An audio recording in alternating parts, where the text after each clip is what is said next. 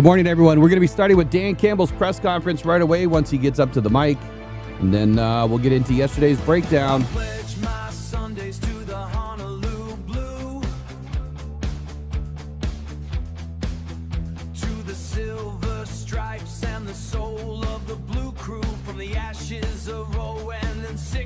We rose with a chip on our shoulder that everyone knows. I stand with the faithful, the loud and the loyal on Michigan soil where the battle lines coil. I pledge allegiance to the shield and the mane through the lake effect snow and the November rain. One nation under God, moving the chains with the fire of the city coursing through our veins. Hey, invisible spirit, above them will crack. We got the whole league's targets on our back. Watch the war room flicker, watch the vision take hold, turning late round flyers. It's like Dan Campbell's up, so we're going to be switching over here in just a second. He's the master of the board, the dealer, the deck, putting every expert opinion in check. Put every expert opinion in check. He doesn't follow trends, he creates the hook. Quiet in the room, let Brad cook. To the trenches we swear, where the dirty work's done, where the game isn't played, it's physically won. I promise to roar till my vocal cords fray, to believe in the homes and the Brad chosen way. We don't want the flash, we don't want the glitz, just the hunters who thrive in the heart of the grid.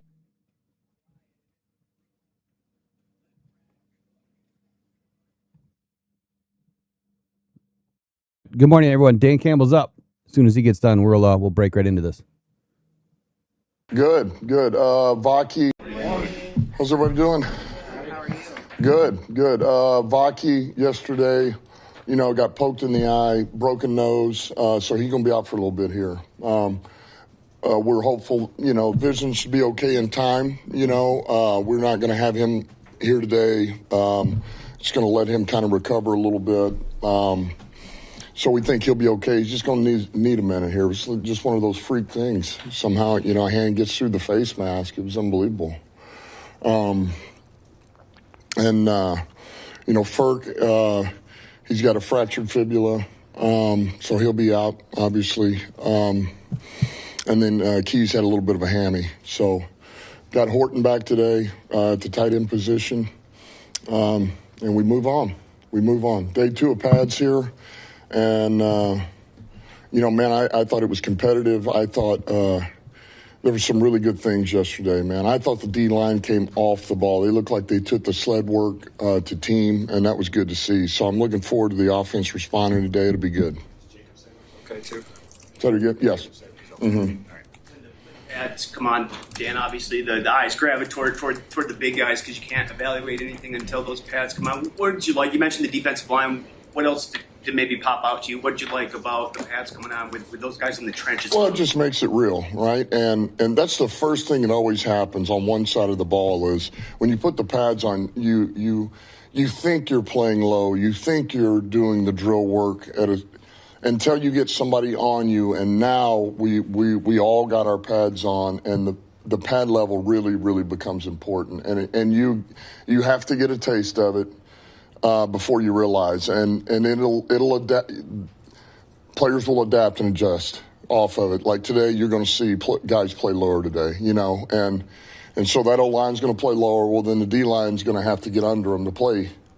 So it's just good, man. That's how you get better, and it gets competitive. But, man, I love the violence of it, the way these guys played. I thought they were aggressive. I thought we were smart, though, too, without, we don't want to do anything stupid. But, I thought it was what we were looking for the first day. And it wasn't very long. There weren't very many reps. We'll amp the reps up today. It'll be a little bit longer and get some good periods in. Obviously, some opportunities for some guys behind him on the depth chart. You guys clearly liked what you saw in Sailors all last year. He looks a little quicker, maybe a little leaner. He was coming off that UFL season last year. Yep. How is he different, I guess, coming into this camp after having a couple big plays in camp yesterday? Well, he's been in our system now. He got a full year with us. He's banked a lot of reps, particularly on special teams. But he's been in that room. I mean, he's been in there with Choice and Gibbs and Montgomery, and now this year with Zay. But he knows the system, and he's a smart guy. He's conscientious.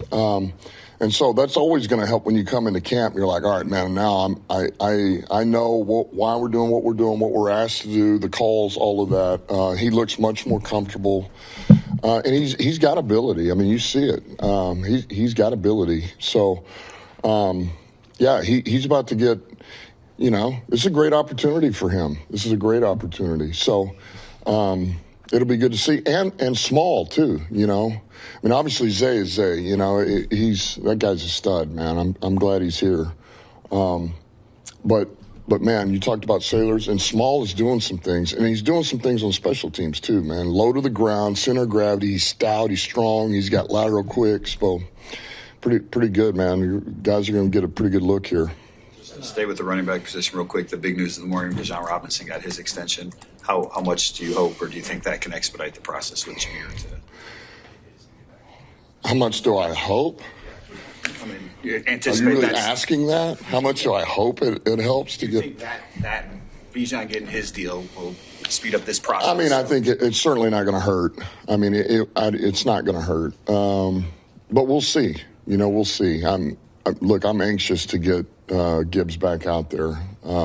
Every day that goes by, that's another day that you feel like you miss with him and getting him out there with the guys and him being doing his part. So, but there again, man, it'll get done when it gets done. There's been a lot of moving pieces along the offensive line. One of the guys who kind of brings continuity at his position is Tate. What have you liked about the way he's kind of come back after his first full offseason? Yeah, I love where Tate came back in the spring. Looked good. You could tell he worked all through that time, and then certainly being in a building with us. He looked much more comfortable, more confident. And then he showed up at camp, man, in great shape. I mean, you could just tell, man, he's worked, and he's trying to be conscientious. One of the things we talked about for him was, obviously consistency. That's what, when you're a rookie, but the pad level, and it's still, it's up and down, but you can tell he's trying and he wants to do it. And because when he bends, and you got to bend when you got Aleem McNeil across from you and Tyleek. Those guys, low center of gravity, and they can get under you, and they're quick as heck. And so, I mean, that's a blessing to be able to go against Aleem every day. That you got to be on it. But, man, his attitude is right. You can tell that, he came in saying, I want to be much better than I was last year. I'm going to clean a lot of this stuff up, and everything I've seen to this point has been good. I mean, he looks good. I'm glad he's here. What have you seen from George so far? Greg George. Excuse me. Has he surprised you at all, George, with the way he's playing, or is this what you expected? Well, there again, until we really get into a lot more of some of these team settings, particularly in the return game, I want to be careful. But just watching his movement skills and the drill work as a returner, and even some of the little things as a receiver, it's even better than I thought. Just, there's things about him. I mean, you watch him maneuver through some of these drills, and it looks pretty good. So that's pretty exciting, Like Dortch, he's working. He's wants to be one of the guys and adapt to what we do and how we do it. And I think every day he gets a little bit better and learns how we go through and do what we do. We saw Devin White mix in with the first team defense yesterday. I know it's early with him still, but how do you maybe see him fitting into this defense? Well, obviously the will linebacker is something that suits him very well. Just his body type, the type of linebacker he's been in our system too. I mean, the system suits him. So, I thought yesterday, I mean, there was a couple of wild plays in there. I mean, one, he came downhill and just that's what we expect. I mean, and he can still run. You can see that. And so we just get his weight down a little bit and, make sure that we continue to work him into practice, be smart with him, and then see where he can go with it. But it's an opportunity, so.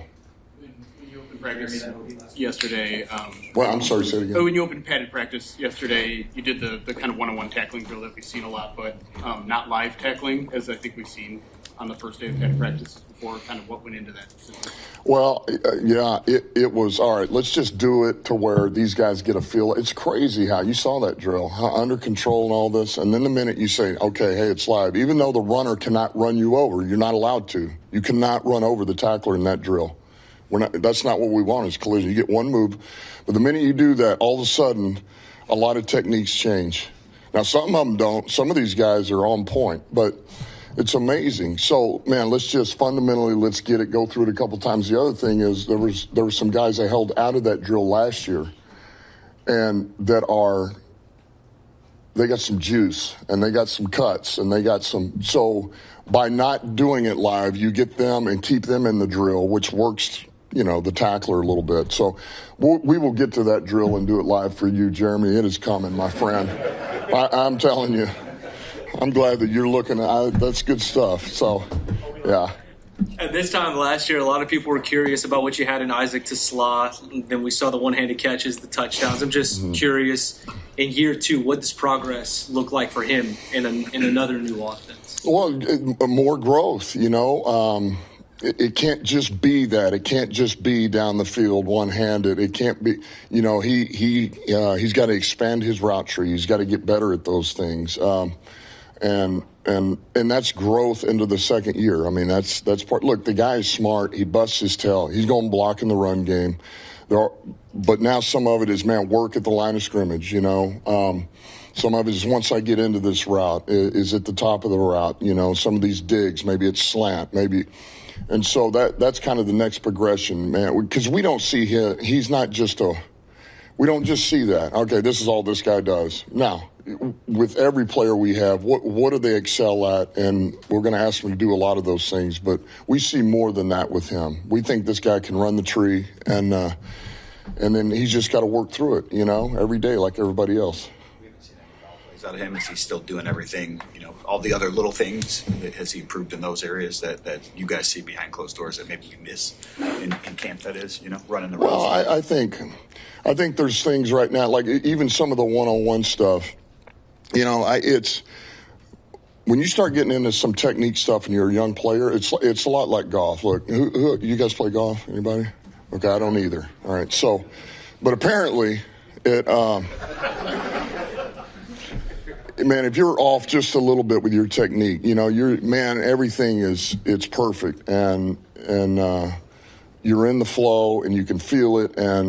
But all of a sudden, if one thing gets off just a little bit and you kind of get in this, there's a little bit of this funk, right? And then you're trying to solve the issue, and so you change your swing a little bit, and then you've corrected the wrong way, and now and that's what comes with all this, and it comes with all these players too. I mean, and so I would say there's a little bit of that right now. He's just, he's working, and Scotty's working with him, and so he'll get there, man. The guy works his tail off, but that's what practice is about.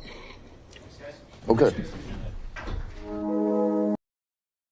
All right, great stuff from Dan Campbell and breaking news this morning. So let's just get right into the live breaking news. All right, so my camera disappeared again in this scene, of course, because why not? Here we go. Good morning. Welcome to the Rise Grind Morning Show. So just a few moments ago, maybe 6 minutes, it was reported by multiple outlets, including Ian Rappaport, Adam Schefter, that Bijan Robinson just signed a record-shattering deal. Record-shattering. Now, I expected Gibbs to be north of $21 million and as high as like $24 million per year. But now, with Gibbs signing what is reported to be a 3-year, $75 million extension with up to $51 million guaranteed, is crazy money. crazy money. That is now new money of $25 million on average per year and $51 million guaranteed. So what does this mean for Jahmyr Gibbs? Well, in simple terms, Gibbs is probably going to sign for $75.01 all the way up to $101 if the Lions decide to do 4 years or 3 years, depending on where the Lions feel the most comfortable. So now the biggest question for me is, well, did the Lions make a mistake by just trying not to get him a deal that was $22 million? Or did they have a feeling that it was going to go this high? We'll never know, of course. And right now, I mean, this deal for Bijan Robinson, it's going to make things very difficult for the Lions and really any organization over the next couple of seasons to retain all of their great players. Let me get out of this screen real quick and switch over.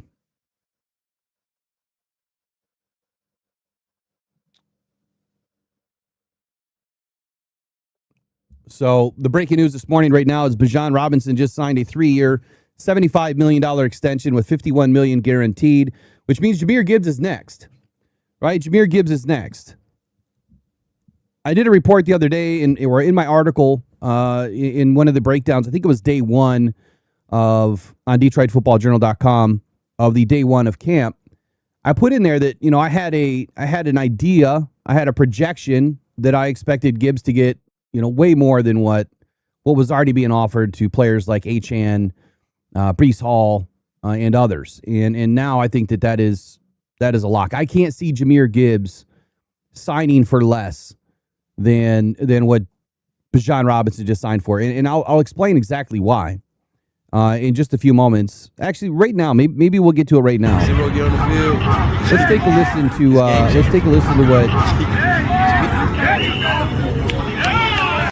a listen to what Jameson Williams had to say yesterday about his guy and why I said that he is the number one, PR guy for JMO. Now, I did this edit yesterday morning, yesterday afternoon, something like that.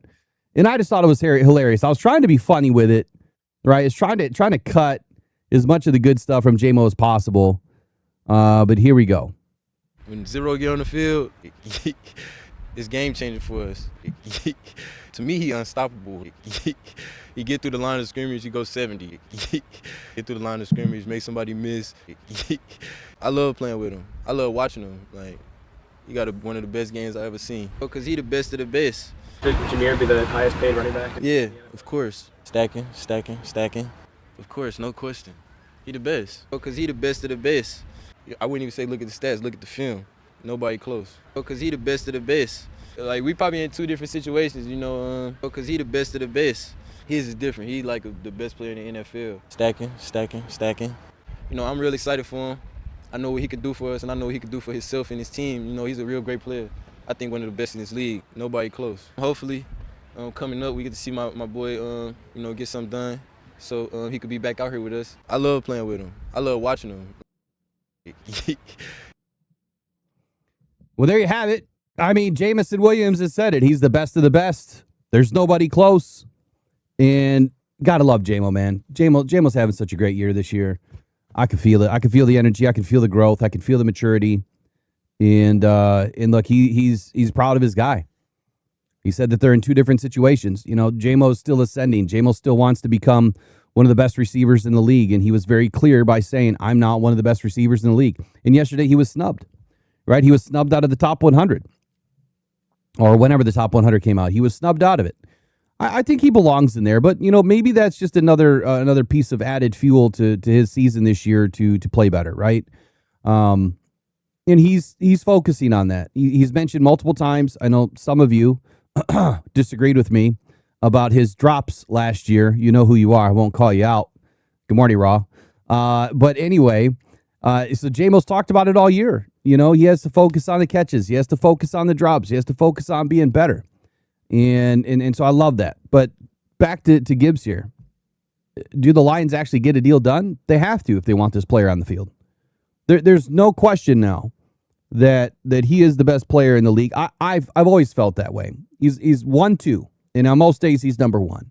There's a lot that Bijan Robinson does that is just absolutely electric. And in the right offense, yeah, if we had Bijan Robinson or Jahmyr Gibbs, quite honestly, I think that we would have a very similar offense, probably the same offense. I think that they're kind of interchangeable, but I think that there's some things at Jahmyr Gibbs that are just different. And he's just a different guy. And J-Mo, I think, said it best yesterday. He breaks that line of scrimmage, he's gone for 70. He breaks the line of scrimmage and he makes somebody miss. He puts them on ice skates and he's gone for a first down or 20 or touchdown or whatever. That's Jahmyr Gibbs all day. All day. And so now the Lions are faced with having to put out yet again another massive deal. Another massive deal. And the question is, how can they do it? How can they pull it off? Remember that I mentioned to you guys just a few days ago, a week ago, whatever it was, that next year I'm planning on the Lions having to lose somebody. They're going to lose somebody. And Kirby Joseph is not included in that conversation. That's a separate deal. I'm not sure where we're going to end up with Kirby, if he can play, if he can't play. I'm holding out hope that he can play. We're going to get into today's training camp, or yesterday's training camp. So yesterday afternoon, man, I had the most wicked headache, and I was down like all afternoon. And then, of course, I had to take like a 5-hour nap. It was terrible. I don't know where it came from, but worst headache I've had in a long time. And so then, of course, I get up at like 10 o'clock, and then I'm up till 2 o'clock in the morning working. And so here we are. I didn't get a lot out last night. I did get my article out last night. I think I published it about 1 o'clock this morning. So that's out there. And that's what I want to go through this morning. I went through everything and anything. Like I've been trying to put together a good template. I think I got it dialed in now. And we'll roll through it. It's not short, that's for sure. There's a lot of action yesterday. There's a lot of good things that happened yesterday in yesterday's camp, and exactly what I expected to have happen happened. And that was pads come on, offensive line, defensive line. They're going to start to really separate themselves. So let's transition into training camp news, and we're going to do that. Right after Robbie explains himself. Good morning, Rob. Good morning to everybody else, man. Jay Mommy, Eric Green. Who else is in here? Brian Willand. Of course, Trace, Super Lights. Good morning, Eric. Way out there in Iowa this morning, right? Visiting family. Cruising. Edge is not the answer. Edge, I promise you, we will talk about Cade Mays and Tyleek Williams. I have a bit of a take on that I think a lot of people are going to disagree with.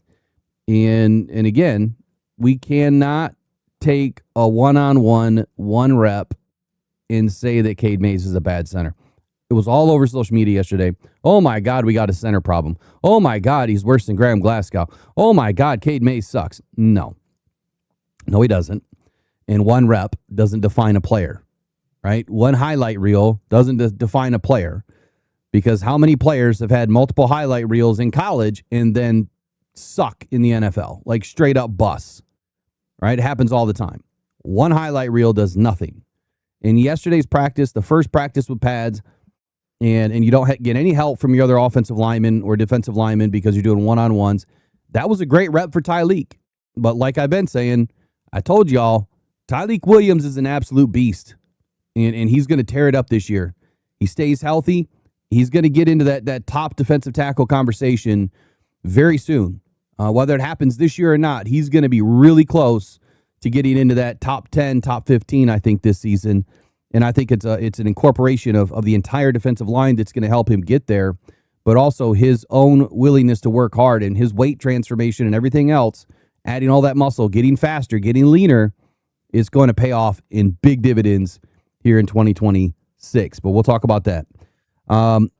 Breaking down Dan Campbell's press conference this morning, Ferksker, if you didn't hear, has a broken fibula or fractured fibula, so he's going to be out probably the majority of the season, at least 3 months. Vaki ended up breaking his nose when he got poked in the eye. He's going to be out probably a few weeks. Broken nose takes at least a couple weeks to heal. As far as the break itself, could take a little bit longer. I don't know why these guys aren't wearing shields. And I hope everybody got the message yesterday when this happened, that if you don't have a shield on, you better put one on. I think it should be mandatory for these guys, offense and defense. Just put a clear shield on. Protect your eyes. It's not that big a deal. It's not gonna slow your game down. Who cares what you look like? Put a clear shield on. You know, it might help you with some sun too to put a little tint on, just a little bit. Defensive line work, they flew, man. They were the biggest part of yesterday's practice. Devin White, the one key thing I took out of Dan Campbell was his weight. They want to get his weight down so that he can be more manageable in certain down and distance situations. Obviously in the coverage, maybe he didn't come in where he wanted to be. I assumed that he passed the conditioning test, right? His physical, but they'll get that weight down, and he'll be just fine. Give him a couple weeks. Talking about weight, so we're gonna throw back to Dan Patrick. So Dan Patrick, if you guys don't know, he's retiring. Yeah, I think in 2028. I think is what he said. 2028 is when he's going to retire. But every morning, or every show, when people would call in, I used to listen to him religiously, and I don't listen to him much anymore. But when people would call in, it was always, they'd give their height, weight, and then you'd hear a little boxing bell. And so I thought, that'd be kind of cool to carry on his tradition and kind of do something similar like that. So I've been putting my weight and height in there because obviously I'm on a weight loss journey and trying to get in better shape myself, adding 20 pounds of muscle and dropping about 40 pounds of weight and then going back up. About 50 pounds of weight and then going back up. I want to get really close to my high school playing weight, and we'll see if I can do it. I mean, at 46 years old, call it a midlife crisis, I guess. I want to get back in good shape, and I'm taking full control of my life. So today I weighed in at 243.4, coming all the way down from like 262.5 pounds. This winter was tough. All last year was tough. Everything that I battled. Really since 2020 after the neck and the back injury and then cancer in 23. I mean, it's just been a gauntlet. So I'm going to do it because I'm going to project hopefully good energy onto you that you will take better care of yourself as well. We want you here for a long time. We've already lost some of our listeners and they've passed away and that's sad to hear. Right. So I just, it's time to take care of yourself. Right. Let's get pumping right into training camp, yesterday's breakdown, and we're going to do that right after this ad right now. Every day, thousands of people are discovering Uper Lights, Michigan's newest, funnest rock to go find on the shores of the Great Lakes. Don't go out with just any light. Try the Convoy C8 from uperlights.com. It's guaranteed for life, and you'll find all the ones everyone else misses. Quality UV lights that are perfect for Uper Lights with prices starting as low as $20. Please make sure to visit uperlights.com for all your UV flashlight needs with the best guarantees on the market. Just what you wanted and not what you didn't. The best quality, the best guarantees, and the best UV flashlights from uperlights.com. All right, good morning. Welcome in. It is August 4th. It is just about 8:30 in the morning. We just listened to Dan Campbell's press conference. We just found out that Bijan Robinson signed a record-setting deal, 3 years, extension, $25 million, $51 million in total guarantee. And so now we're going to get into yesterday's breakdown since I didn't get an opportunity to do that. Of course, if you have questions, statements, if there's things that you'd like to talk about this morning, make sure you put it in caps so that I see it. And if I don't see it right away, because I'll stop and take breaks probably every 15 minutes, and then I'll look, put it in again. I'll wind back to the chat and I'll find it. If it's not in caps, I'm probably going to roll right through it. Before I go, though, Trace, explain your statement. I'm trying to understand what you mean there because, one, I think where you're going with this, you're right. And I think it's a great opportunity to talk about it. So you said, so he's not actually holding in to the degree people think. Some of the time we are seeing is also on Brad. If I understand what you're trying to say there, like because Brad is, he's not putting the deal together. He's not giving him, $26 million a year or whatever he's asking for. Is that what you mean? Help me understand, help everybody else understand, because this is a two-way street. And if anyone's blaming Jahmyr Gibbs, they should stop right away because he's going to come in, he's going to play well, right? We know that. He's going to come in and he's going to dominate, honestly. And he knows this team. He's been there every day. He's been going through the class. He's been going through some walkthroughs on the sideline. He's been watching from afar. He's just not out there practicing. And so if he misses 5 practices and the deal gets done today, which now I'm expecting that it probably will, then he'll be back out there tomorrow. No harm, no foul, right? He'll be in, he'll be fine.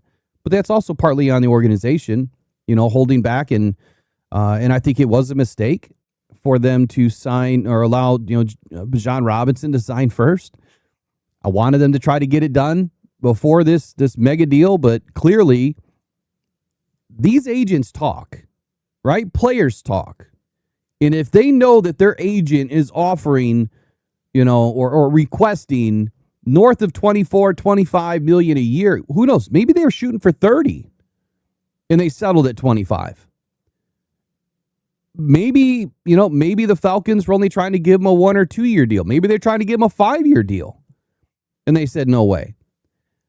Let's talk real quick before we get into the training camp breakdown. Let's talk real quick about what makes more sense for Jahmyr Gibbs and his extension. Do you think that it makes more sense? Oh, I see. Hold on, I'll wind back. Grandma Trey says, that's why I said that. Blaming Gibbs is what I've seen, and that's not fair. Yeah, 100% spot on. Appreciate that. So yeah, blaming Gibbs.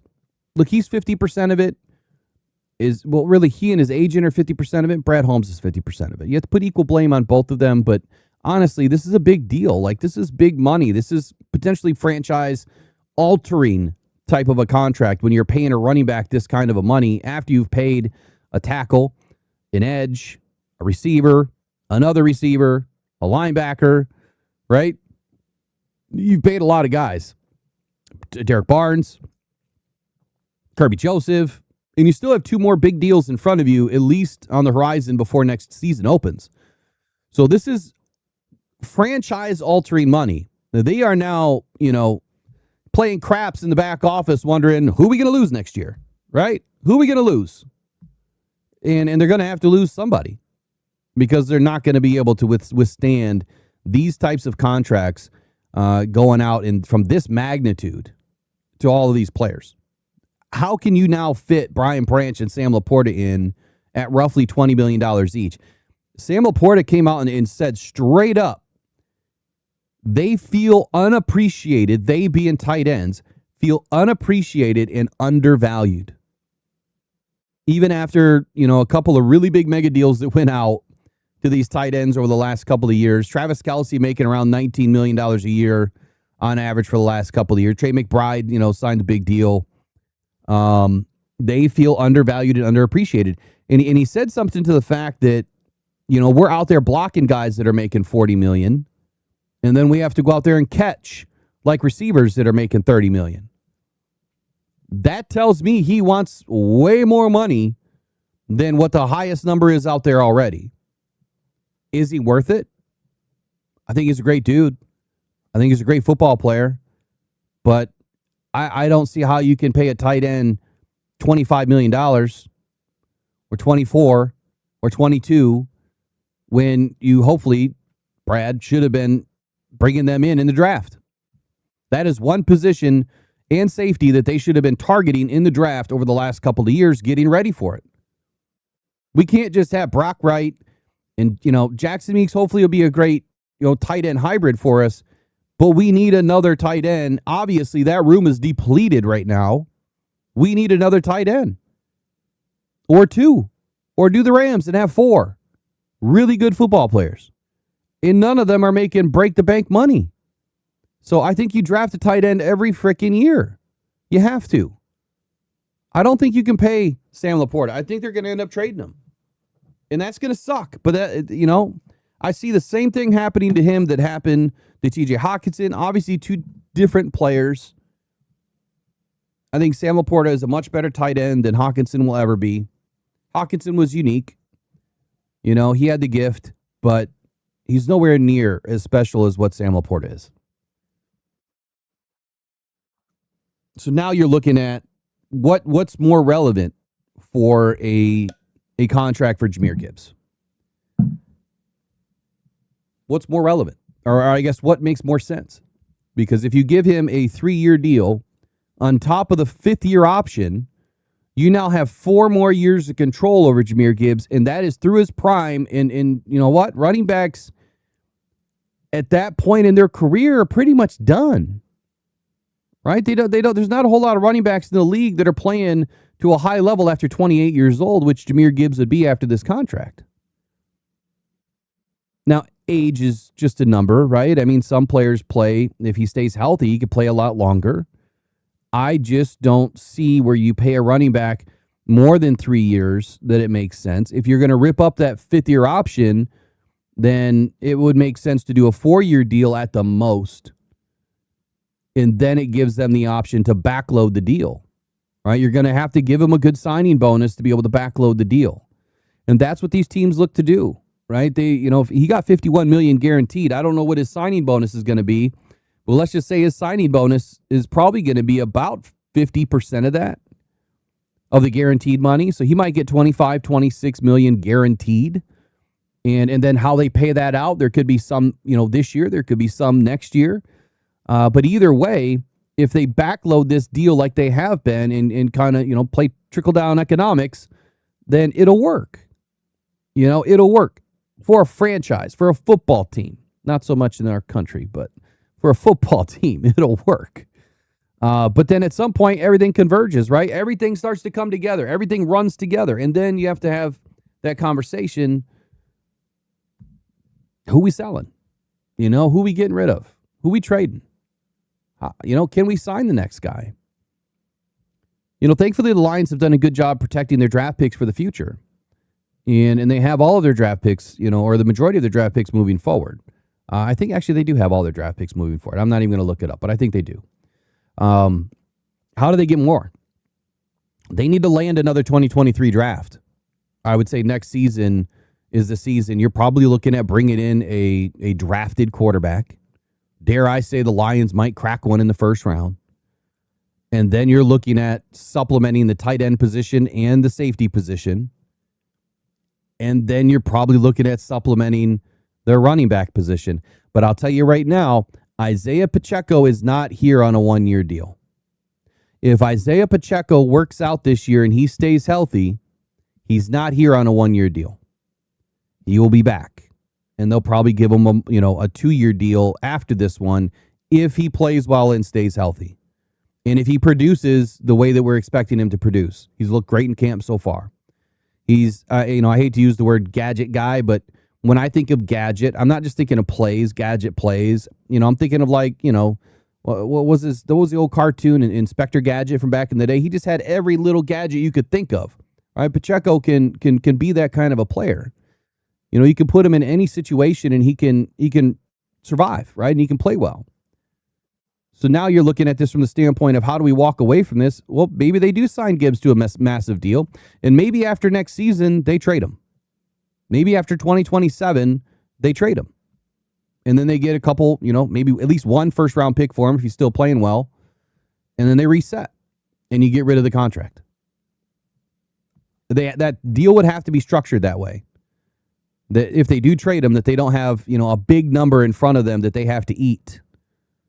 So we'll see how that goes.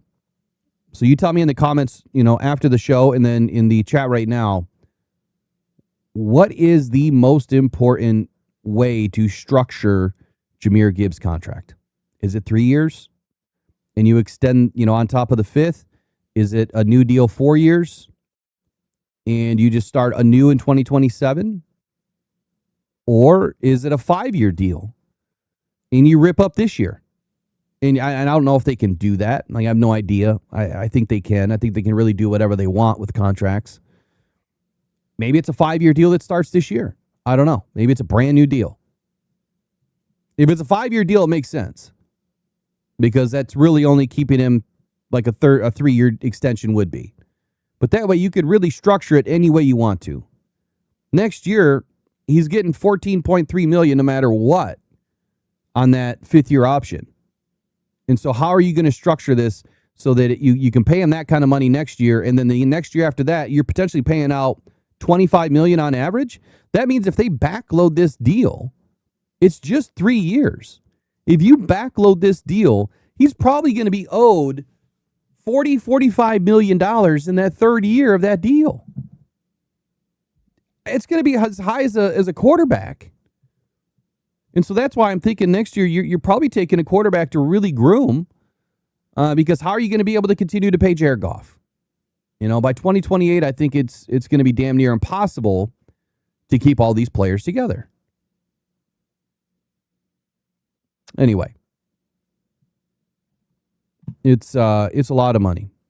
It's a lot of money. It's going to be really hard for these guys to pull all of this off. J-Rod, appreciate it. Yeah, let's start getting the likes up when you guys come into the show. As you know, every year we'd like to kill the ads. We're going to start doing it again. So if we can get as many likes as we have for viewers, we will start to turn ads off. Now that we know that certain individuals watch this show, obviously we can't count on their likes. But let's get at least 75% viewer to watch ratio in the likes. That made no sense. Viewer to likes ratio. And we get ads turned off. You guys have the first half hour when we start every day. But since we started right now, we'll go till 9 a.m. And what I do is I check it at 9 a.m. So we have 63 watching. So that means, it'd be somewhere in that range of like 45, 48. And we'll get ads dialed way back. So I can't turn them all the way off. I turn them all the way to the lowest is what I'm going to do this year, which is huge for people that don't have premium. And by the way, if you're looking for a deal on YouTube Premium, you can get Google AI Pro right now. And no, they're not a sponsor, but this is something that I just switched to. You can get Google AI Pro right now. So you can get all the best AI tools with Google AI Pro, and you get 5 seats. So you get YouTube Lite with it. And I'll tell you, I canceled my YouTube Premium and I've got YouTube Lite. It's no different. Matter of fact, my back end office looks way different now than it did before. And I have a lot more things that I can see and do. I don't know if it's just because I'm a creator, but there's more features now. So somehow Google AI Pro's YouTube Lite is better than just paying YouTube Premium. So then you get 5 seats. You can share it up to 5 people in your family. We had 3 people paying for YouTube Premium in this family. So we were paying 45, 50, 60 bucks a month, whatever it was. Stupid. So now I pay 20 and we got all of us sharing the same platform. And I got a couple extra seats to give away to other family, like my father. I'll give him a YouTube Premium, or my sister or somebody. So, or Megan's family, right? So it's a great way to split it up. Then it's only $4 or $5 a month per person. And it's just a great way to save money, right? Little tips and tricks of the day. Next week, I'll be putting out my second edition of the Lions gear. So this year, I started tracking Lions gear. There will be affiliate links in there. So if you do buy something, it does help out the channel. And again, I'm just trying to find the best deals for you guys, the best gear, the gear that lasts the longest, right? I bought shirts. I bought hoodies. I bought jerseys. I bought it all. Hats, socks, underwear. I don't care. I bought everything Detroit Lions. Some stuff just doesn't last. So I've gone and kind of made it a point to now put out an article at least once a month of what are the best deals and the best stuff to buy if you want it to last. This hat is going on 3 years. I think I bought it in it's like 2.5 years. I bought it in 24. And so it just makes a difference when you buy the good stuff. New Era's always been good, and they're willing to work with you if they send you a hat that's not up to your standards.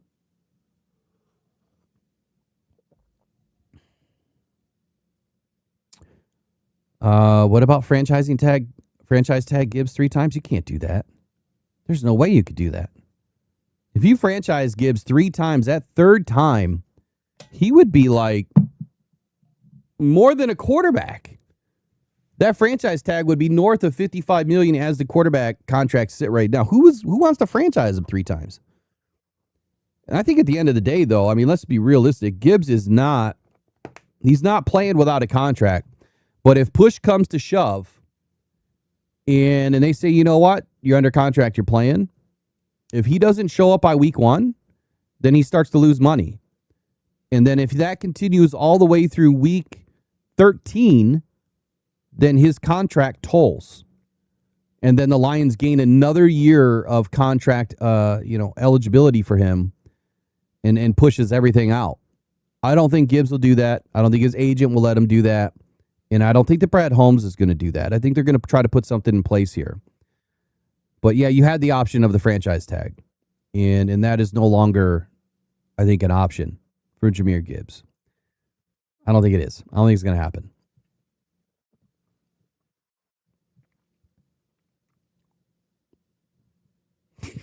Yeah, they did mention Gibbs had a little bit of a back issue, Trace, but we have to remember something, too. You remember Anzalone last year?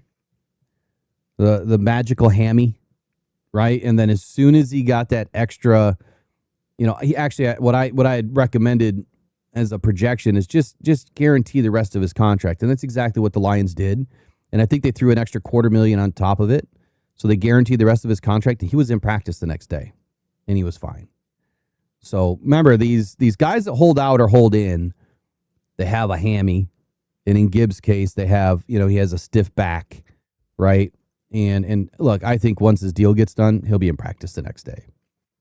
I couldn't imagine that it wouldn't be. It doesn't mean that the Lions won't hold him back a little bit just to make sure that he's ready to go, that he's in shape, which I expect that he's going to be in shape. I know it sounds like a funny word, but there's football shape and then there's in shape, right? You can work out, you can have the biggest muscles in the world, but if they're not, if they're not ready to perform 65 snaps a day, there's a difference.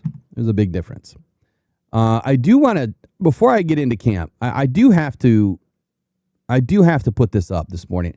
This morning I was browsing the old YouTube, and I saw, Jake Bates. Or not Jake Bates. Jake Paul. And he was sitting on the Pivot podcast. I could have sworn I reposted this. Hold on.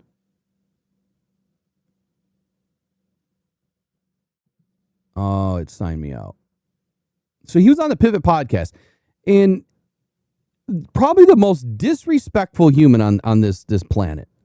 You won't believe, if you haven't seen this, you won't believe what he said. My jaw just hit the floor. I'm going to play the audio because I can't play the video. So this will be about 4 minutes, and then I promise we'll jump into we'll jump into yesterday's breakdown. So it's about 4 minutes long. And now, so he's sitting with, Ryan Clark, and then I forget the other guys' names that are on this podcast. I always do. And it's just so disrespectful. I couldn't believe. Here it is. You hear it for yourself. I bench more than all of you, guaranteed. And that's just like right now. And I don't even practice bench pressing. I'll squat more than all of you. I'm faster than all of you. Like, actually. That's not true. Yeah, it is true. We can go down in the street after this. But that's the thing. So, like. What a douchebag. When words are cheap. Why, if you make all this money, do you just keep doing things and trying to pick things that's going to get you hurt? I mean, pain is temporary. Legacy is forever. So, like. Let's go. I saw that X-ray. Yeah. X-rays forever too. It's temporary though.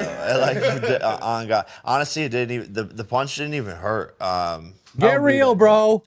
I swear on everything, brother. Like it didn't hurt at all. I mean, he said, "Whoa," right? I was just like, "Whoa," that was like a good hit. But there's been things in life that hurt a lot worse. Like when you stub your toe, bro, that shit hurts way more. Now he's not lying there. Like stubbing your toe is the worst damn thing ever to happen on the planet, especially the pinky. I've broken 2 toes by stubbing them on stairs. After I broke my back and neck, that perception with my body was off. I don't know. I kept kicking stairs, and I broke 2 toes doing that. That shit is painful. Even stubbing the toe is bad. But this dude is he's god awful, man. By Anthony Joshua, honestly. But you're sitting with 3 football players, right? To have the audacity to say it out loud that that's what you're going to do. 29 years old, to have not stepped on a professional football field. What makes you so confident that you can do what we were able to do for a living? Yeah, I think just God, believing in myself, and manifestation and self-belief are some of the most powerful things in the world, and I have God-given talents and athleticism. When I said I was going to box and beat Bro, you got steroids and peptides. all of these people and beat Ben Asker and Nate Robinson, Tyron Woodley, Anderson Silva, it was the same response that I'm getting. Hold on. So you just said you beat up a bunch of washed up MMA fighters? Okay. Not boxers? Good job. Now when I say I'm going to go Because you didn't have the background. play slot receiver because there was no background. I was YouTuber this, YouTuber that. And Still so I'm are. a doer and a talker at the same time, but I always back it up. I have hands, run some routes, catch some balls, block some people. It can't be that hard. Boxing is way more difficult than football. That is and I'm also only not true. It's 100% true. Again, Study was Nikisa, released not like even- a month ago. The there's- hardest sport in the world is boxing. They Number took 11 90, was MMA. They took 90, professional analysts of sports and did a study on what the hardest sports in the world are, and the number one on Was there boxing. is boxing. So hold on, bro. Hold on. God, this guy infuriates me. He infuriates me. I get it. Boxing is tough. I did it. It's extremely tough. But you are dancing around a ring for 5 minutes at a time. That is all endurance. That's all that is endurance. Go take 60 snaps playing on offense or defense where you're getting hit on every single play. You are guaranteed to take a lick on just about every single play, and you're running full speed at least 60 times a game, at least. And then all the practices, all the prep time, having to actually have the brain power to understand a playbook, right? I think he's been hit in the head too many times. I get it that boxing is physically demanding and it takes a ton of courage, but endurance. But so does football, because you're using all of your explosive energy all at once, and then you're doing it like 60 times a game. It is nowhere near the same as boxing. I get it. Boxing is a very tough, MMA is a very tough sport. Kickboxing, very tough sport. I mean, all the sports are tough. But playing football, playing hockey, two totally different parallels, but not the same. Not the same. And I'm in there by myself. You guys have 10 other players on the field to help you out. No, bro. You still one-on-one. You still have to beat guys one-on-one. It is not just a team game. Yes, it is the best team game on the planet, but you yourself have to do your job. And if you can't do your job, then the rest of the team is going to fall to bits. Can't stand this guy. And so the mentality is different, the pressure is different, the focus is different, and the training is harder. It's a marathon and a sprint. You guys get a minute in between each play to regroup. Not all the time. I'm kidding. You guys get to bring out some. This is You like guys a can Bud bring out. conversation. You know, Jake, when Bud sits there and tells me that, then I'm like, yeah, but you're Bud Crawford. I get it. But to just be like, I'm going to run a couple of routes, I'm going to block some people, I'm going to catch the ball, how hard can it be? But we talking about. Yeah, wait, but what is it harder than that? Like, what's the difference? Like, it's just a speed thing. We talking about Jamar Chase and Jetta and those type guys. We're talking about the best receivers in the world that you're trying to compete with. That's an outside receiver, like not a slot receiver, completely different. You sat around and watched It just tells me he doesn't have a clue. Justin Jefferson doesn't just play outside. He plays all over the place. He plays in condensed formations. He plays behind the line of scrimmage. He plays out wide. He plays everything. Yep, I want him to. I want some NFL team to give him a shot, and I want all of the best defenders to be there. I want Myles Garrett off the edge. I want Aiden Hutchinson off the edge. I want to see Jack Campbell in the middle. I want to see Fred Warner in the middle. I want to see Brian Branch as a safety. Give me the best hitters out there, right? Go give him some hospital balls, please. Somebody throw him some hospital balls, and then when you peel yourself up off the grass, you tell me that it ain't that difficult, not that hard. I mean, the biggest disrespect in the world. Wes Welker play, and you're like, oh, shoot, I can go do that. Yeah, 100%.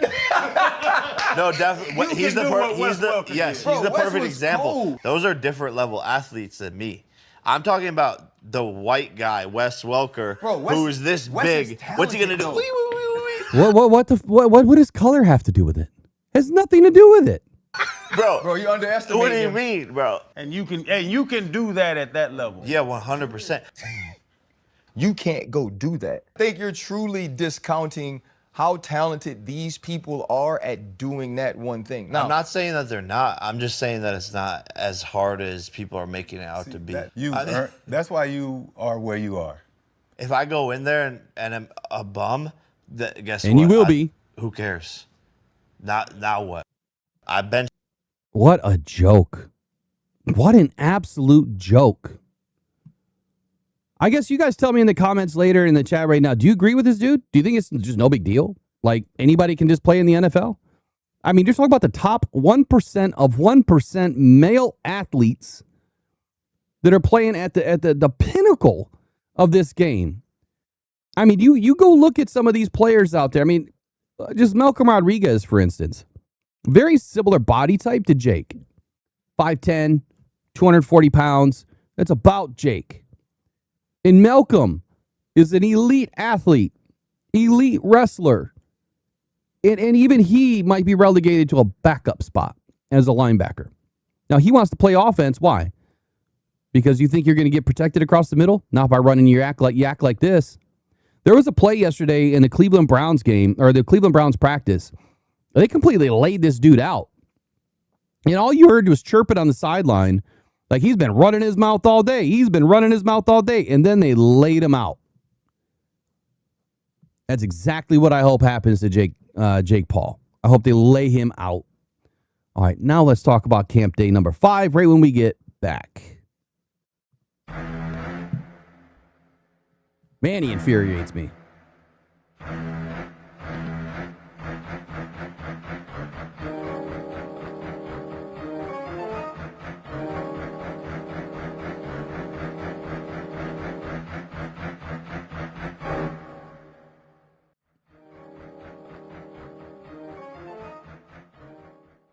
The season is here, and you want the latest news and rumors on your Detroit Lions. Head to SportsSpider.com. That's sports, SPYDER.com, where you can get your Lions news and all your sports in one place. Man, this site is packed with your favorite podcasts, live news, articles from local writers, and insiders, all updating in real time. Not just the Lions, every major sports team, including MMA, UFC, and so much more. Don't want to waste time searching? Sign up for free. Create your ultimate sports news hub. You control what hits your feed at SportsSpider, your number one source for all your sports. Visit SportsSpider.com today, right after the show. All right, let's do this, man. Yesterday was a solid practice for the Lions. There's a lot of great storylines that came out. There was some highlight reels that came out. And I'm just going to tell y'all right now, man, I have in my mind right now, even though I go against my own advice at times, that it's early in training camp right now. And it's really hard to evaluate players just after one practice. And I love what Dan Campbell said in one of his press conferences, might have been yesterday, matter of fact, where one of the reporters, I don't know who, and I'm not throwing shade or anything, but they said, Ahmed Hassan's really been standing out, has been playing well, kind of been all over the place, and kind of was saying like, he's doing a really good job, he's playing above his means, whatever he had said, was putting Ahmed Hassan in a really good light. And then he mentioned another player as well, and I forget the exact player's name, but anyway, Dan Campbell just said, look, we're just now getting into pads. Like, I don't care what happened before this day. You have to evaluate these players over the next week of being in pads and then seeing how the dynamic shifts. Can they be the same player that they were in OTAs, in minicamp, in unpadded practices when the pads come on? And so there was a couple of defining lines yesterday in yesterday's practice and a couple of defining moments. And the lines, obviously offense and defensive lines, both stood out as expected. We were waiting for the pads to come on. and they didn't disappoint. There was a highlight reel on Cade Mays, and I think I have it ready to go. I don't know who put this out, so I don't know who to credit, because like 5 or 6 people tried to claim that they put this video out, and one person tried to claim that it wasn't even there. So I don't know who put it out, but I'm just going to give credit to the Detroit Lions media. Obviously, a lot of things will come out from beat reporters that are there taking some video when they're allowed to. And then Detroit Lions media that are taking videos. I tried to look on the Detroit Lions Twitter page and PR page. I didn't see it. I may have missed it, but I didn't see it. All I'm saying is this video of Cade Mays and Tyleik Williams is exactly what you're expecting. Is exactly what you're expecting out of a second-year guy that is making a big jump. I'll fix that.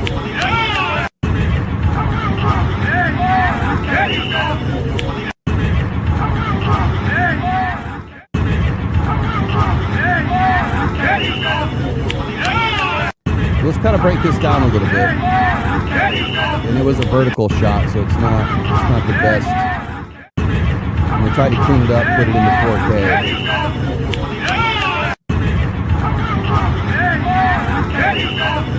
Take a listen to what the guy said too.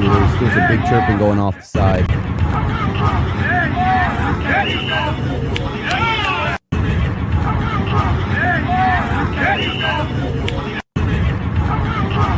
Okay, so the first thing that I'm going to point out here is if you look at Tyleik Williams' launch, I'm going to try to play it and stop it.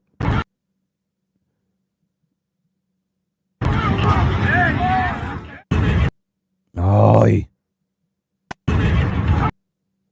come on! It's tough to stop it. All right, so if you look at his launch here, honestly, he probably could have got a lot lower. And Tyleik Williams was really low on underneath. I mean, look at Cade. You could just tell if you look just behind with his Tate Ratledge right there. I believe that's Tate. He's already standing straight up. Feet are flat. So if you look at the white cleat, that's the second cleat in from the right. That is Cade Mays' right foot. His foot is flat, exactly where you can't be. His back is not arched enough. He's not in a prime position. He doesn't have an anchor set. And so once Tyleik Williams got underneath his pads, underneath his chest, that is why you can see right there, he's underneath his chest. It's too late. You've responded late. You didn't put yourself in a good position. Now, what did we hear yesterday and what did we see all over social media? Cade Mays, wrong center to pick. I told you we should have had somebody else, right? Cade Mays is no good. Cade Mays sucks. Blah, blah, blah, blah, blah, blah, blah. Look, the guy played 20 straight games at center, and he's only given up 0 sacks, 14 pressures, and I think it was 2 quarterback hits, maybe, somewhere. I'm pretty close. That's elite play. That is what an all-pro center does. Cade Mays, it's the first day of practice, man. It's the first day of pads. Even your vets are going to make mistakes. You win some, you lose some, right? Penei Sewell lost one. Aiden Hutchinson lost one. It's going to happen. Cade Mays is going up against Tyleik Williams, who, in my opinion, should have been picked earlier in the draft. I think he'll end up being the best tackle out of that draft. Defensive tackle. Has completely revolutionized his body fat and his composition this year. And that what you just saw was a perfect get low, bull rush, and drive, man. He was working those pistons of legs to drive Cade Mays all the way to Rotunda. I mean, if big old Skip wasn't right there holding the football as the quarterback, who knows? They could still be going right now. Tyleik got the better of him. But what happened later is Cade Mays settled in. And Cade Mays didn't make another mistake. And Cade Mays had a great practice. So one highlight reel does not explain everything. I warned y'all about this 3 weeks ago. In 7-on-7, in 5-on-5, We're and especially in unpadded practice, there's going to be highlight reels. This UDFA is going to be an all-pro, and you know what I mean? This rookie is going to be an all-pro because of one catch, one hit, one tackle, whatever. It is the furthest thing from the truth. Now, here's what I do believe. I do believe that Tyleik Williams is going to be a different man this year. I do believe that Tyleik Williams stays healthy this year. He's going to end up being in that top 15 conversation for defensive tackles, and it's really difficult to get there. Top 15 is amazing. When you look around the league and you've got, 32, call it 64, maybe up to 74, 76 starting level defensive tackles in this league. Depending on what system you run, putting a guy like Tyleik Williams, the second year in the NFL, at number 15, that's tough to get there, but I think he can do it. Now, is he going to have the stats to go with it? Probably. For other people to rank him that high, he's going to have the stats to do it. I think it's going to be how he changes the scope of the defensive line, how he changes the effectiveness of the defensive line, allows other guys to do their job. He doesn't have to be a stat monster to be a top 15 defensive tackle. Some of the best defensive tackles don't have stats at all.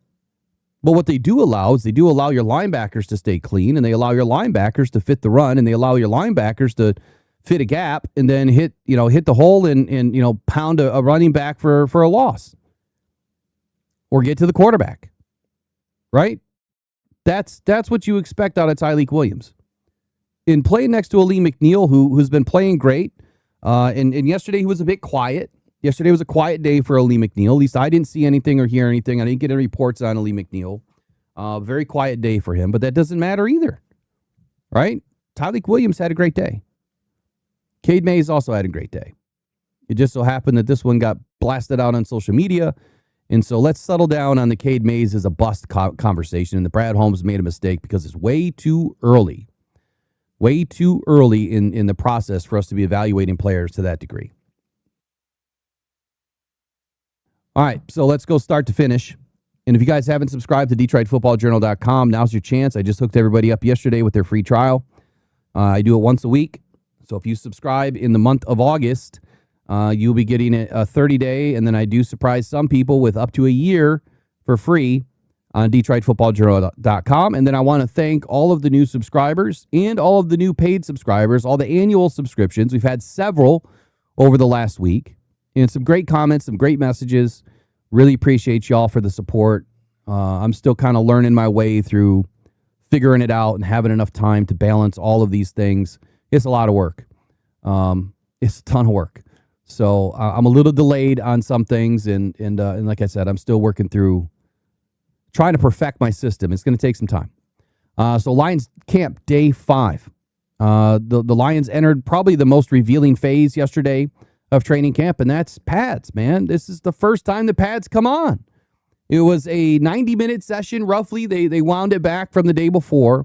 As Dan Campbell mentioned, they're going to go a little bit lighter. It's a designed way. They're going into a 4-day stretch of increasing all the physical work, and Detroit emphasized the run game, pass pro, run fits, open field tackling, and some one-on-one competition between the offensive and defensive lines. With that offensive and defensive competition between the lines, there was also what is like the Oklahoma drill that they ran. I was talking about it yesterday, that I used to do it, different version of it. But yesterday they did the one-on-one where you had to stop the ball carrier. Dan Campbell made a shift in how he was orchestrating this drill. There was no tackling allowed. It was a 2-hand touch, and that was it. So your goal is to stop the player, right? Get in front of him, stop the player before they would take him to the ground.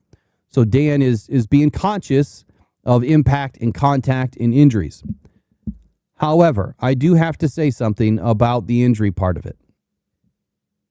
I need you all to pay attention to when pads come on and when pads were off. Because for the first 3, 4, 5 days of NFL practices, for the majority of the NFL, for the teams that didn't start early, how many soft tissue and ligamental injuries have we had throughout the NFL already without any pads? Without any hitting? A ton. And a ton more than usual. So this whole theory that you can't practice hard, that you can't hit, that you can't tackle is hogwash. Because we've had more injuries on every team in the NFL just about. There's only a couple that haven't really suffered anything major than we've ever had before, that we've ever witnessed before. So I think that what Dan has been doing in all the years past has been just fine. It's a narrative that has been driven by, in my opinion, toxic media. And of course, fans want the best players out there. I get it. But generally, the injuries that are happening in non-contact drills. That means that injury was probably ready to happen either way. That means that ligament was already, stretched to its max, and they were having problems. Like Conklin. There's a report that I heard about Conklin that his calf injury could have been way worse, and they're managing it because they don't want it to get worse. And sometimes it's those calf injuries, calf tightness, calf cramp, whatever it is. Those can turn out to be something far worse, typically ACL or Achilles, when your calf is affected that bad. And so managing it and trying to heal it up before you put him through the ringer in practice is the right way. But I just have to say that Dan Campbell's practices have been, just fine. They're not abnormal. The amount of injuries is not abnormal. We're seeing stupid stuff happen. A broken nose and a poke in the eye by Vaki. I mean, it's just stupid bad luck. But this is where I would, like I said earlier, I would put it on the Lions staff to, you're not protecting your players the other way. You're not forcing them to wear a shield or a visor. Why are you not forcing them to wear a visor in practice? You force them to wear these stupid helmets, these padded helmets. You need to protect your running backs and your receivers and your cornerbacks that are typically fighting the most with their hands. They have to have some sort of visor protection. And so if any Lions hear this today, if any Lions family members hear this today, if any of the Lions organizations hear this today, go talk to the people that matter and make them put some damn visors on. A stupid poke in the eye could be the worst injury you suffer all year. But it could also keep you out of practice for several days or a week or 2 weeks, in this case for Vaki. And then you may not make the roster, or, you're missing all that time. Those are the simple things that can make a difference. All right, so Dan Campbell, he expected yesterday's portion of camp to really start to separate players, and we're starting to see that. But it's way, way, way too early. The players that are fighting for roles. Day 5 did not really settle any of that. It's way early. It did produce some of the strongest evaluations yet of where the offensive line and defensive front in the developing depth are today. Tyler Lacey has been probably one of the biggest camp darlings, if you will. He's been the most disruptive defender on the field. Christian Mahogany delivered the best performance among Detroit's starting offensive linemen. Jacob Sailors capitalized on an expanded opportunity. And then Keith Abney delivered a crushing blow. I think Dan Campbell mentioned this morning, like maybe not happy about that. Maybe I misunderstood it. Miles Frazier jumped out yesterday. Christian Izzian back, continuing to strengthen his opportunity for a position in this roster as a starting safety. During Dan Campbell's presser yesterday, he mentioned quite a few things. So let me give you a recap on Dan Campbell's presser. He explained that the Lions will continue to dedicate practice time to end of half, end of game, 4-minute, and 4-down situations. Devin White said it himself. This is the most situationally aware football team that he's played with. Dan Campbell's goal is to place all these players in high-stress football situations before the regular season forces them to just respond. Now, that muscle memory is either going to respond well or not well enough. Now, the staff can evaluate decision-making, communication, situational awareness, while also identifying the players that remain composed when the outcome of a practice period is placed on just one snap. These periods are designed to force an offense to operate, the clock limitations, the field position demands, and also the objective of where they want that ball to be. Are you kicking a field goal or are you going to the end zone?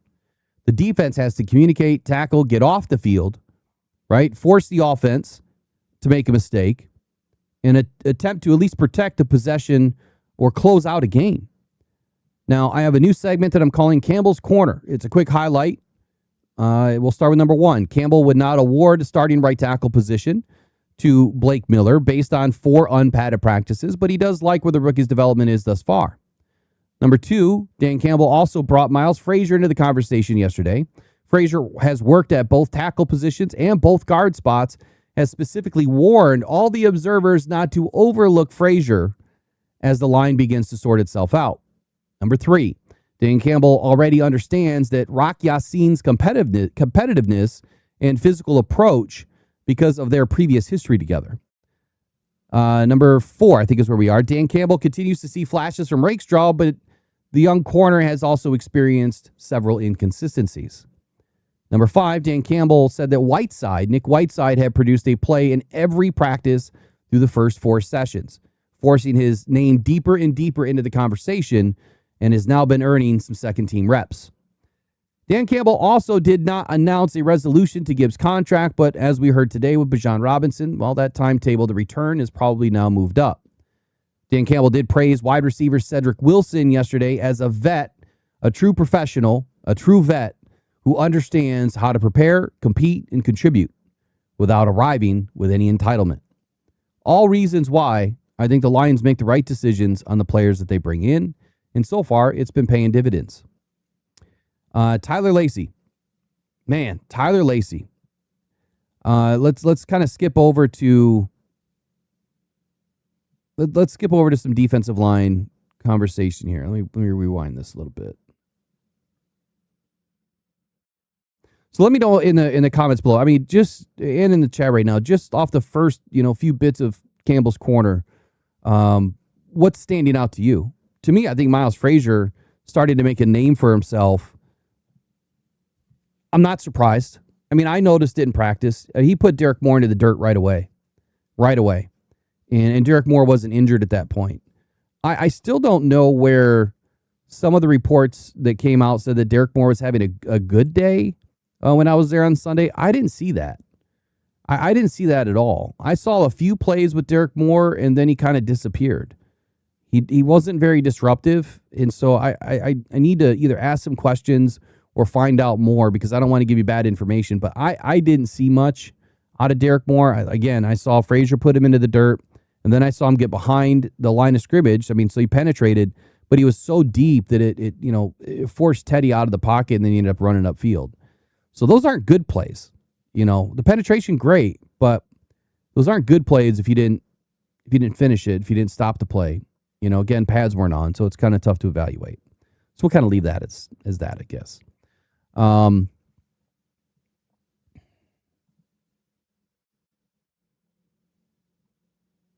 me move down here.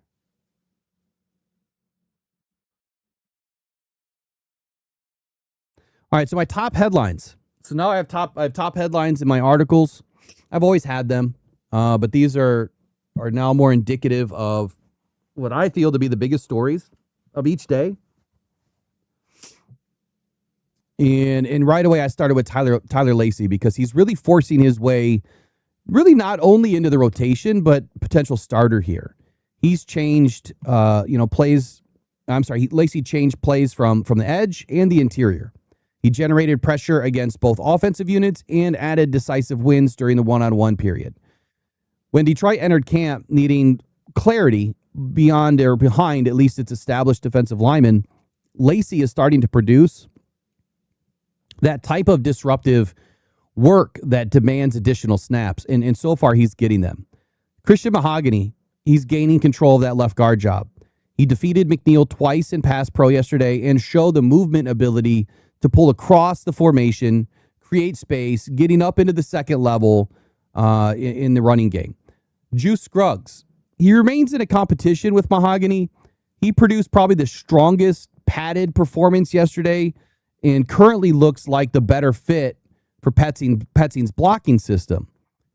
More on that later because we're going to have to track that development through several days of practice to see what happens here, especially when Gibbs gets back into the fold, which I'm expecting to be soon now. And let me say something else on that I didn't put in this article, and I should have.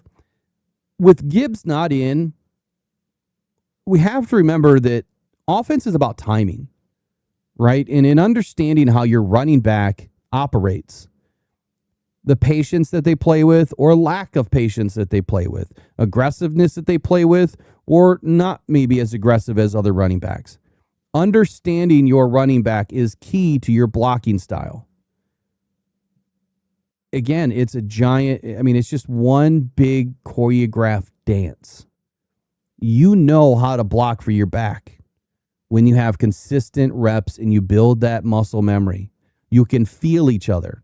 I don't know how to say it any better. I know it sounds weird. It's like that sixth sense, whatever. You can kind of feel where Gibbs is. Just like a left tackle or a right tackle and Jared Goff's not looking at them, he can feel where they are. One, you can kind of hear a little bit, but you can feel it. You know where they're supposed to be. And so missing Gibbs early in practice right now does reduce the effectiveness of the offensive line, at least initially, until Gibbs gets back and inserted into the offensive plan and they get some practices together. It's not going to be a problem. I'm just saying initially it's kind of a problem because you're not gaining those reps early in camp. Miles Frazier. Miles Frazier has become Detroit's most valuable reserve lineman so far through camp. Frazier's handled tackle and guard responsibilities across multiple units, first and second team, without any noticeable decline in his performance. This versatility is giving Hank Fraley and this offensive line protection against injuries and provides the coaching staff with flexibility when selecting active game day offensive linemen. Remember, we want them to bring 8 so they can get that extra additional player. Jacob Sailors obviously had a great opportunity after Vaki went down yesterday, but he turned opportunity into explosive production. Sailors stepped into a larger role again after Vaki's injury and produced a long run and a long touchdown reception. He has placed himself in that running back conversation by showing more speed, receiving ability, and decisiveness when Detroit, I guess more so than what we saw from Jacob Sailors previously last season. Last season, Sailors was relegated to more of the kick and punt return opportunities throughout the season. This year, I expected Sailors to make the roster as the 4th running back, and I think that that's where he's going to end up. Assuming Vaki stays healthy, I think that Sailors will be in the mix. Keith Abney. He's continuing to make negative plays. He's becoming a nuisance for the offense. His run blitz produced an amazing tackle for loss yesterday. He reinforced his reputation as a physical defensive back. The current depth chart placement reflects Isian's return, however, but not a decline in any performance. Abney remained one of Detroit's most productive young defenders through the first 5 practices.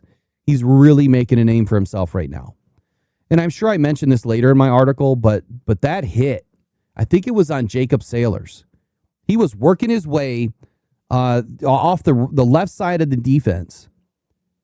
He shed number 8, and I fail to remember who's number 8 in camp right now. Number 8 failed at blocking, big time. And so he shed number 8, lunged, and I'm pretty sure it was Sailors. It was a nice pop. He didn't look like he hit him too hard, but it was a pop, man. And then the defense went wild. It was a great TFL. It was a great tackle. Exactly what you're looking for, not just out of a young rookie, exactly what you're looking for out of your vets to perform that way as well. Isian, obviously he's given the Lions multiple answers on defense. It's great to see him back. Isian worked with the starting defensive rotation at nickel. He moved to safety when the second team took the field and contributed also on special teams. Few players competing for reserve roles can cover that many responsibilities. And so his return really affected McCreary, Abney, and Amaris Brown and the entire secondary rotation. Obviously, the Lions want to give him as much opportunity as possible.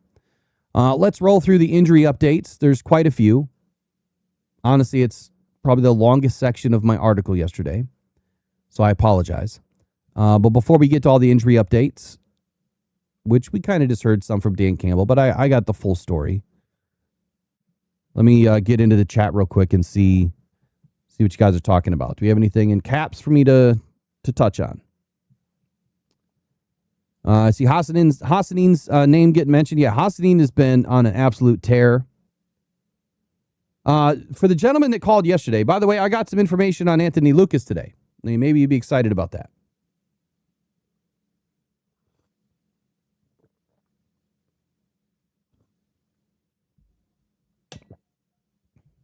Fourth and 60 says those coaching lists are getting bogus. They're very biased to play calling head coaches now. I didn't see the list. I think I slept there, while everything came out yesterday. Oh, looks like Hassanin Mahdi's in the chat. Good morning, man. How you doing?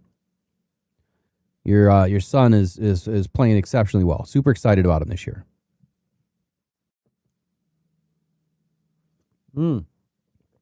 Rather be fishing. Fred says my wife is an ophthalmologist, tech, for 15 years. I need a good one, Fred. If you want to mailbag me, I need a good one. Looks like we got someone trying to call in right now. We're not taking calls at this moment. When you see the call button flash in, we take calls.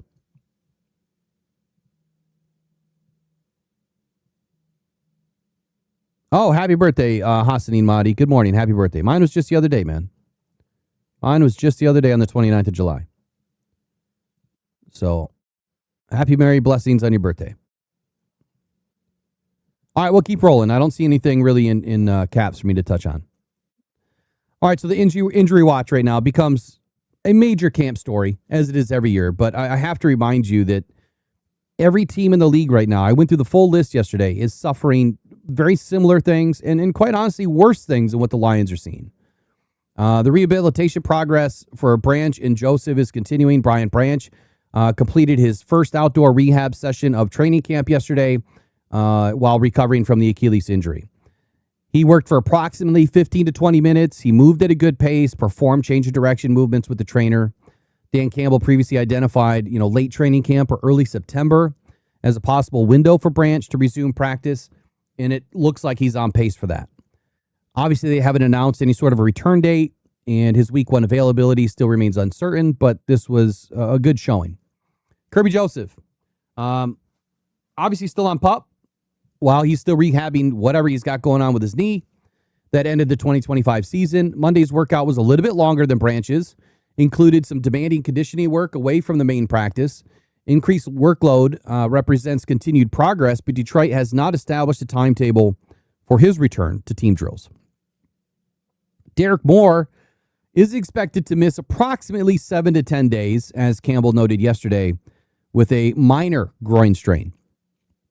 Rookie edge defender left Sunday's practice, did not participate Monday.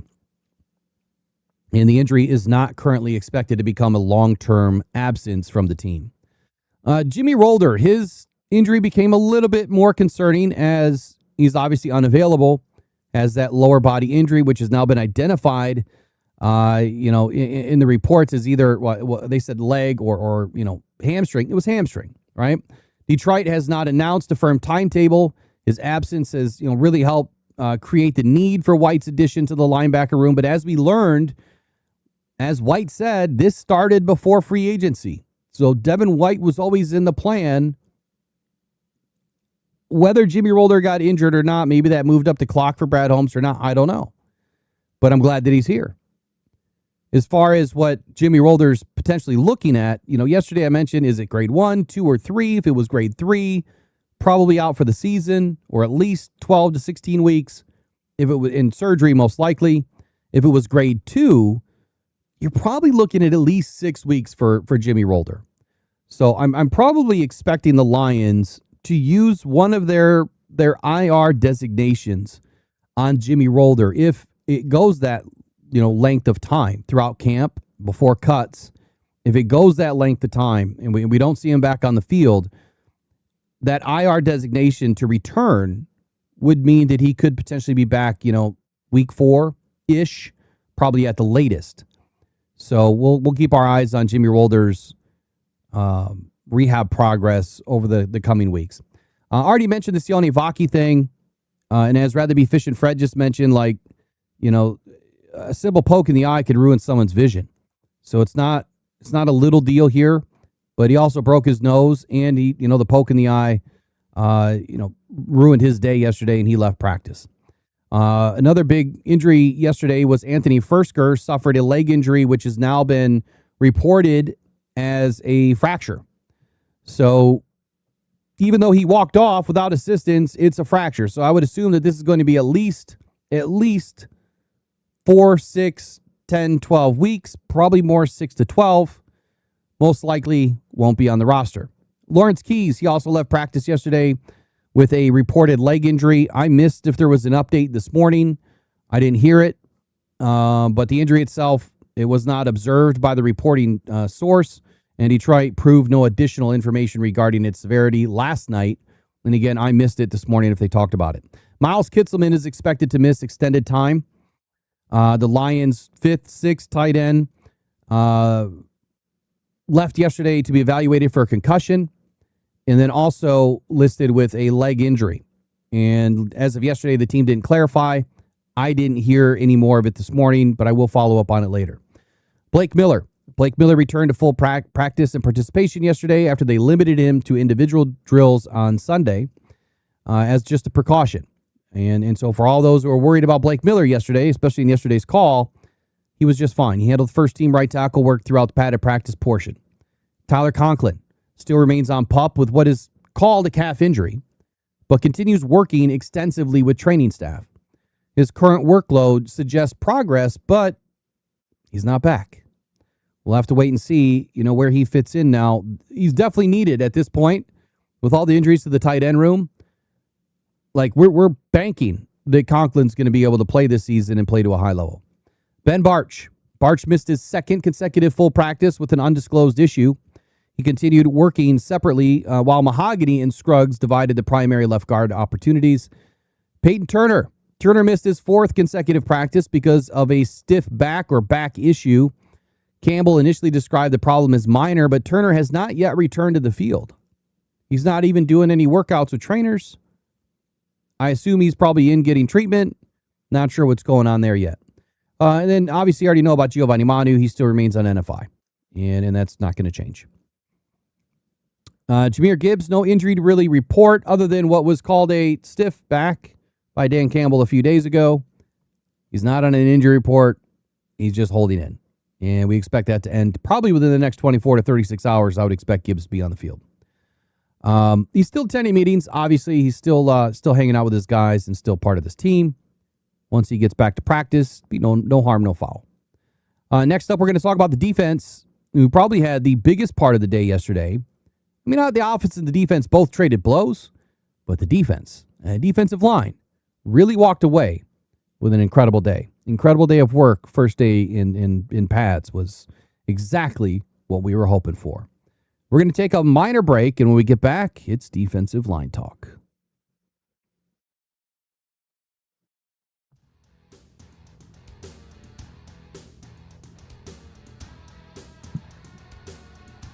Throwing middle, caught inside the 5. Jahmyr Gibbs to the end zone. Touchdown, Detroit Lions. 14 yards on the strike. Goff to Gibbs. You can't cover that man one-on-one. You just can't do it. Nice job. Jared takes the snap back, looking, throwing middle. Got Amon-Ra inside the 2, to the 1, to the end zone. Touchdown, Detroit Lions. Amon-Ra St. Brown. Amon-Ra St. Brown. Nice job.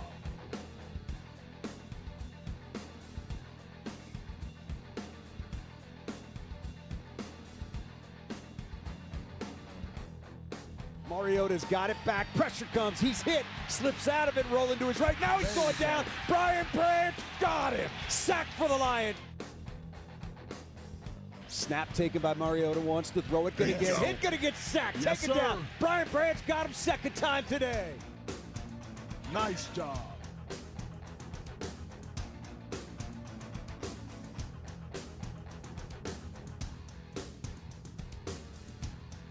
Hands it to Gibbs, running right, runs through a tackle, gets down to the 10, Gibbs to the 5, still fighting, down to the 2, down to the 1, to the end zone! Yes. Touchdown, Detroit Lions! He did not quit! Nice job.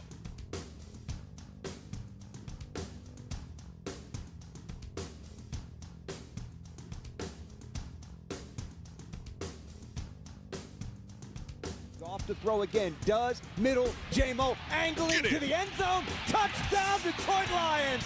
J-Mo flips into the end zone for 6. Nice job.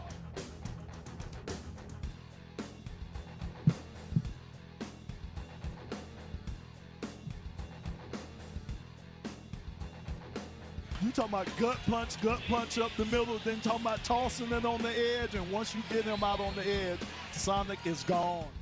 Sonic is gone. Inside the 20, inside the 10, inside the 5. Touchdown, Detroit Lions, 44 yards. Jahmyr Gibbs putting together a day. Hat trick. Nice job. Pressured by Hutchinson, he goes down again.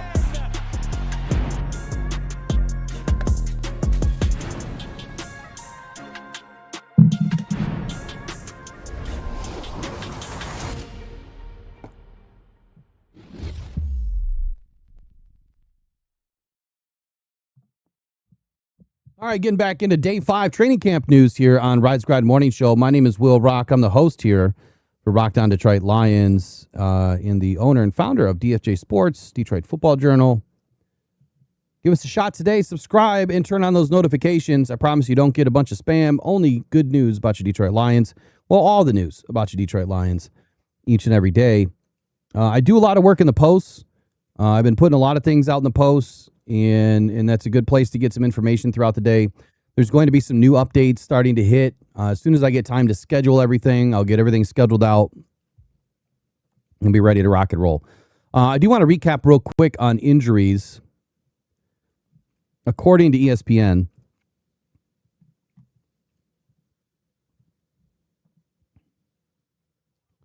let me get it pulled in here.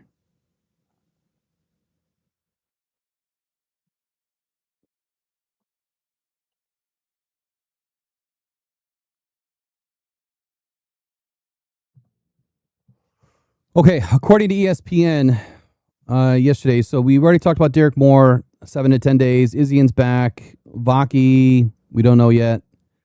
Ferksker, he's got the leg injury. I was looking for Kitzelman. Here we go. Supposed to be out a while, so that's probably going to be several weeks. And we don't know what's going on with Keys yet. Jimmy Rolder, we know. Giovanni Manu's out, still on NFI. He'll be out for...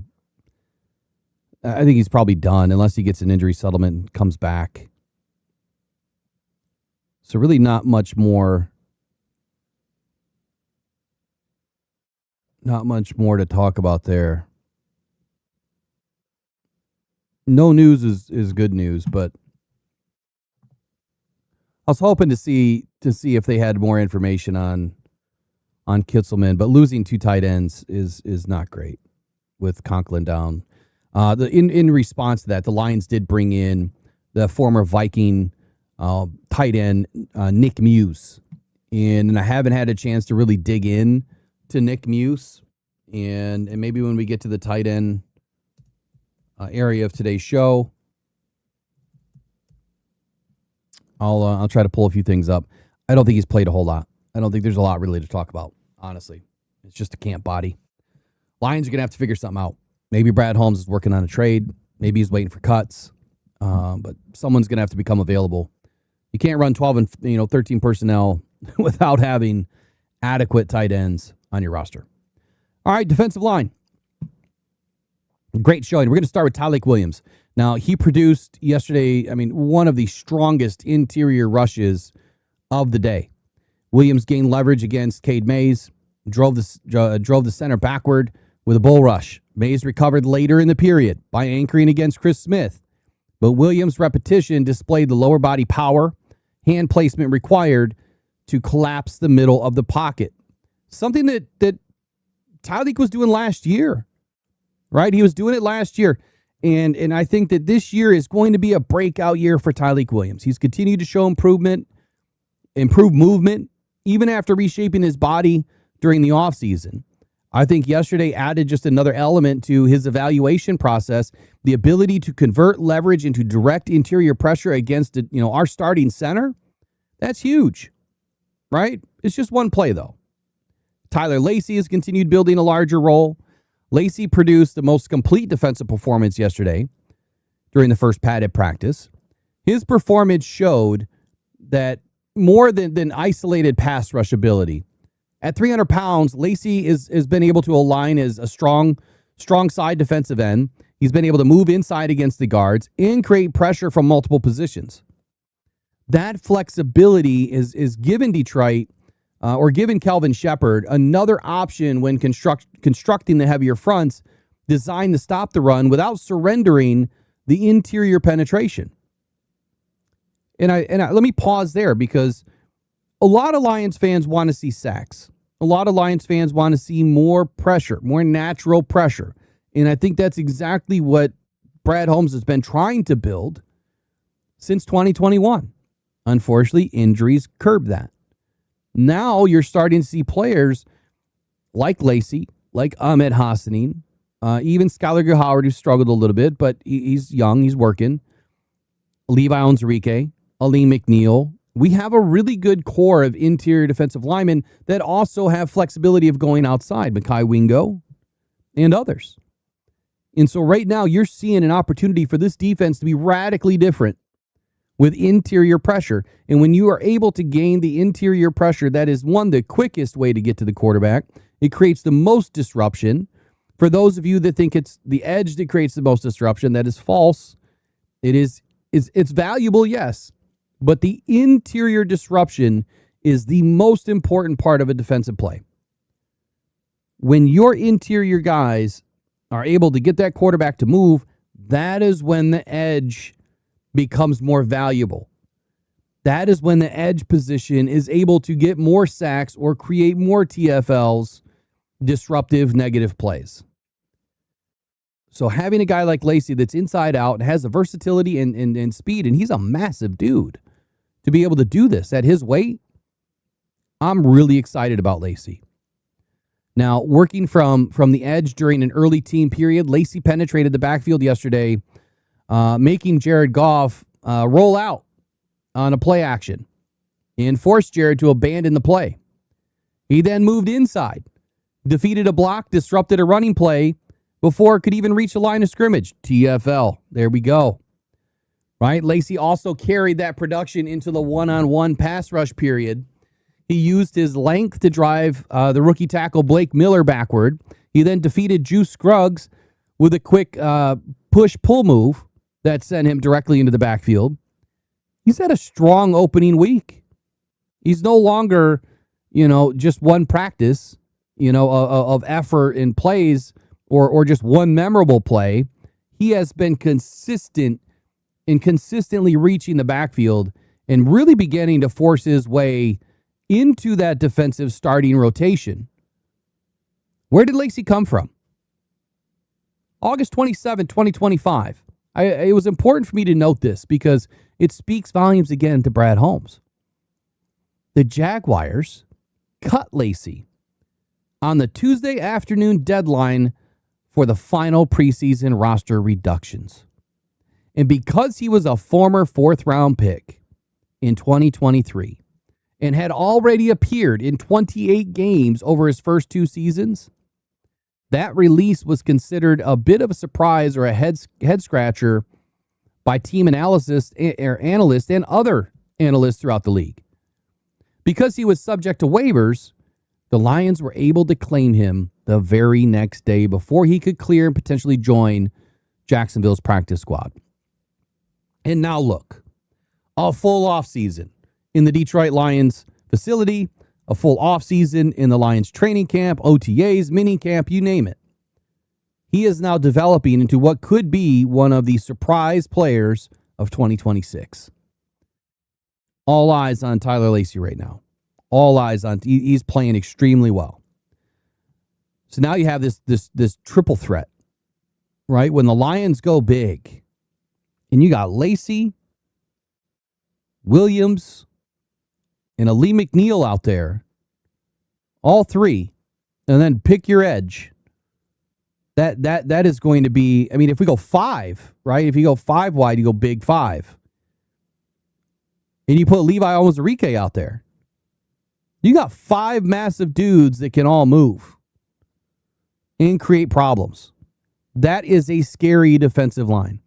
They may not all be household names right now, but by the end of 2026, when these guys stay healthy, I guarantee you they will be. Aleem McNeil. Now, it was a kind of quiet day for Aleem. Obviously, he completed the first day of pads without any limitations from the previous neck injury. During one-on-ones, Christian Mahogany controlled both of their matchups throughout the day. McNeil was not credited with any sort of pressures or run stops or other major team period plays, but Monday, again, was relatively quiet for him.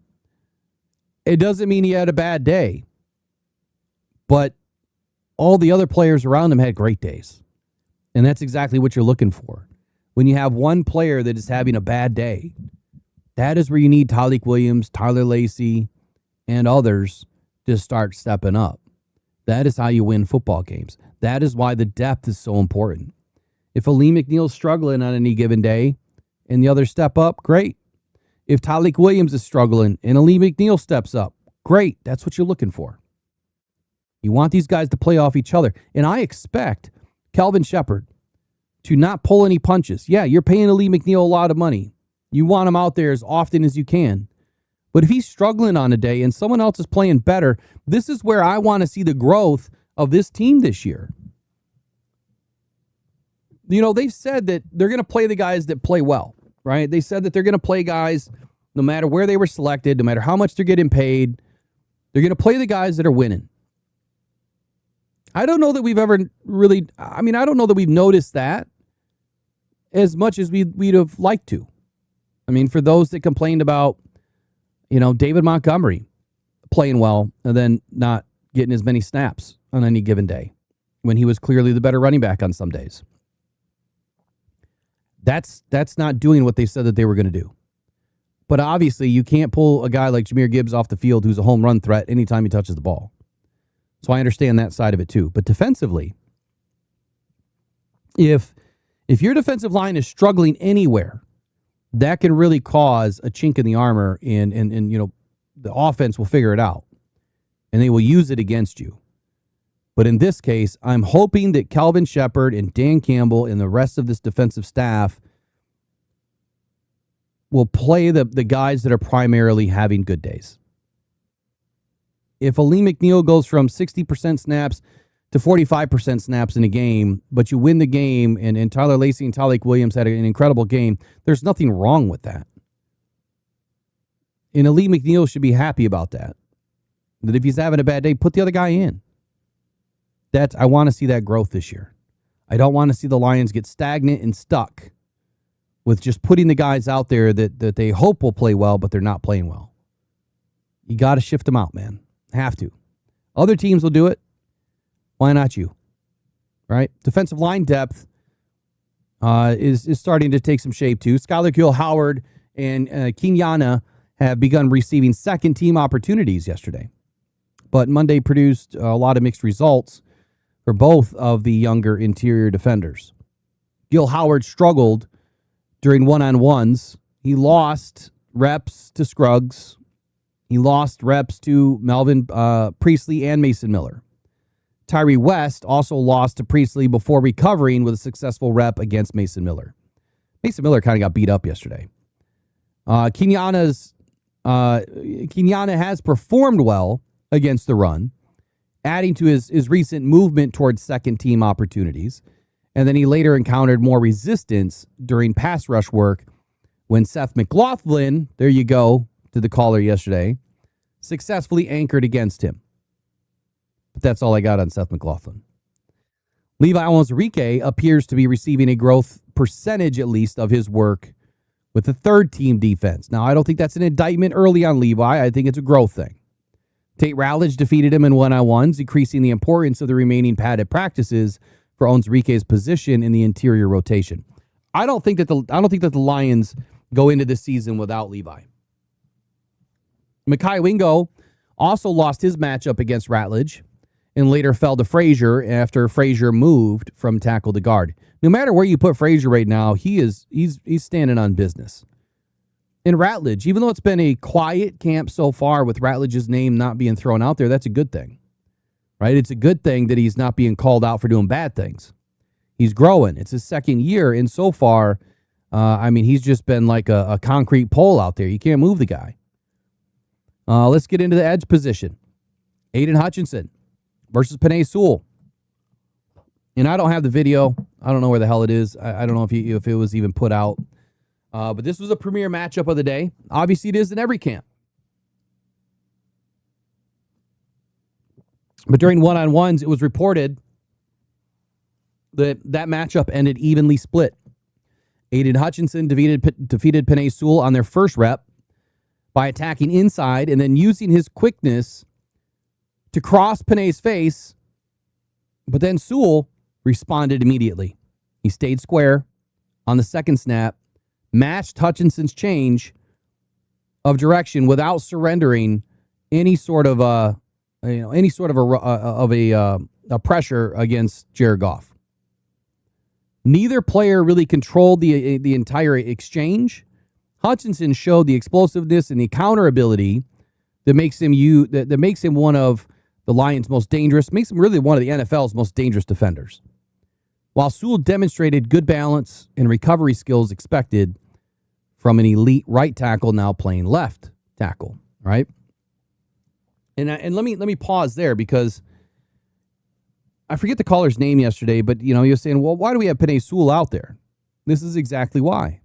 Why do we have Aiden Hutchinson out there? This is exactly why. If Penei can't go out there and win every single rep walking away, then he needs to be out there. He's played football a long time. He's been in the league 6 years.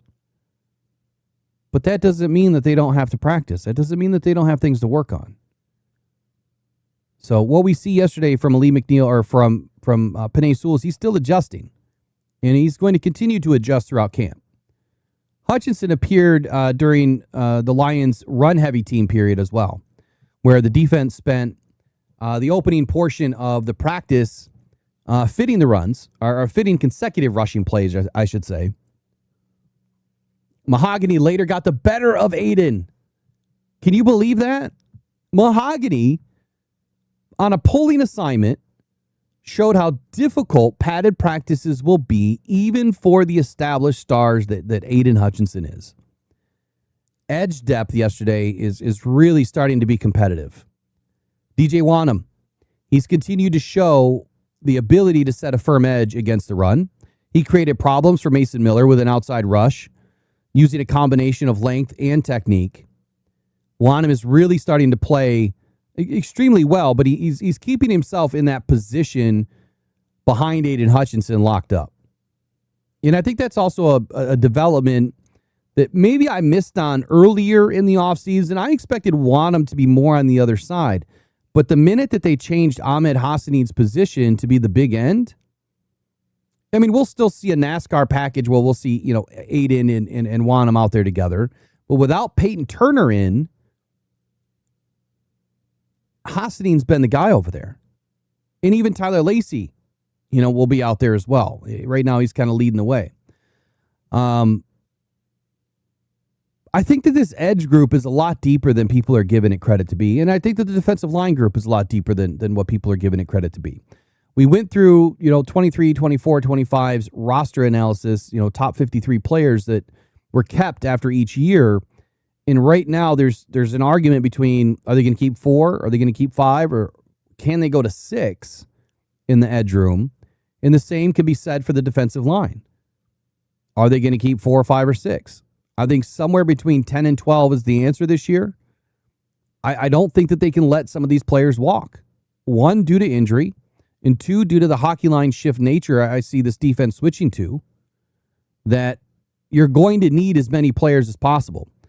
Big shout out to Stephen Clement with a GOAT gift. Is that what that is? A number 1 GOAT gift? Appreciate that, buddy. Thank you. So Ahmed Hassanin, yesterday, he produced one of the best pass rush moves of the practice. And when I was out there on Sunday, he was all over the place. He used a double swipe and swim combo to clear Colby Sorsdal's outside shoulder. I know what you guys are going to say. It's just Colby Sorsdal. I get it. But Ahmed has been producing against everybody. He then carried that same intensity and style into special teams work That's right. Hassanein's been playing on special teams. He's been a camp darling so far. He's been explosive off the edge, a ball of energy every practice. That's just the way he is. But his physique appears to be in top shape. If you've seen pictures of Ahmed, he just looks massive. His arms and his upper body are absolutely massive. I can tell you from watching him on the field and getting as close as I could to him on Sunday. He spent this offseason getting ready for that big end role. And I am expecting big things from Hassanein this season. He's way bigger than Aiden, size-wise. Aiden may be more cut up, but when you look at Ahmed, I mean, he's like a freaking redwood out there. He is so wide. He doesn't have the longest arms in the world. I think he's like 32 and a quarter or whatever it is. But, I mean, his arms are like, I mean, they're freaking massive. It's like he's got giant anacondas on his shoulders. He's massive. And that's exactly what you're looking for out of a big end, to have that big, broad, stiff upper body, to use that power against those bigger tackles. Yes, you need a very stiff lower body, an anchor, to be able to control the tackles when you're setting an edge. But without a stiff upper body and being able to fight these tackles off from the waist up, not a lot of guys are going to be successful. Ahmed has both. I mean, he's just as thick in the bottom as he is up top. So I'm really excited. And he's quick. He's got fleet of foot. Now, his footwork still needs some work. I got to see a few reps where, I could say that maybe his footwork was a little out of sync with his upper body, but he still produced. But he also produced early in camp when guys are also kind of getting their feet underneath them, if you will. Anyway, big things, I think, on the horizon for Hassanein this year. Oh, guess what? We got news about Anthony Lucas. Caller. He also recorded some successful rushes during the one-on-one period yesterday. He held his ground against Frazier, of all players. That's all I got. Derek Moore obviously was sidelined and with a groin strain, and both Hassanein and Lucas are getting very, very valuable opportunities right now to establish themselves in the edge rotation. And then Peyton Turner missed his 4th consecutive practice because of the back issue, and we'll just see where that goes. Dan Campbell indicated that the injury was not serious. Why it's taking so long, I don't know, but I think out of an abundance of caution in giving the other guys a lot of reps, it just makes a lot of sense right now to continue on the path that they are, because everybody is really playing well.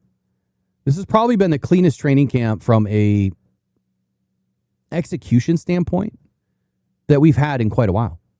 I think Dan Campbell hit it right on the nose, man. They needed to get back to that hunger of 22-23. And that really paid dividends, obviously, in 2023. 2023 also had 4 elite rookies on the field, but the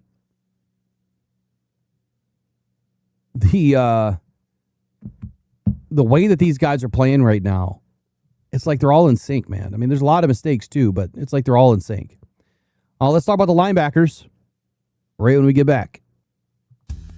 Every day, thousands of people are discovering Uperlights, Michigan's newest, funnest rock to go find on the shores of the Great Lakes. Don't go out with just any light. Try the Convoy C8 from Uperlights.com. It's guaranteed for life, and you'll find all the ones everyone else misses. Quality UV lights that are perfect for Uperlights, with prices starting as low as $20. Please make sure to visit Uperlights.com for all your UV flashlight needs, with the best guarantees on the market. Just what you wanted and not what you didn't. The best quality, the best guarantees, and the best UV flashlights from Uperlights.com.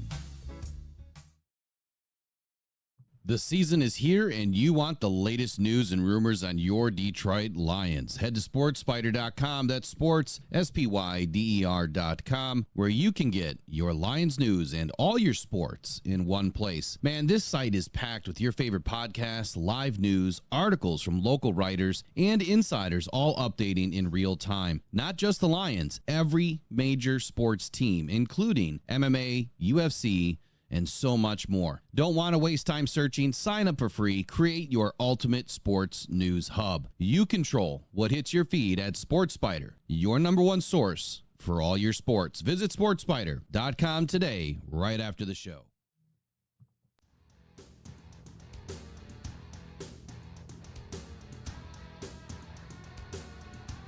Throwing middle, caught inside the 5. Jahmyr Gibbs to the end zone. Touchdown, Detroit Lions. 14 yards on the strike. Goff to Gibbs. You can't cover that man one-on-one. You just can't do it. Nice job.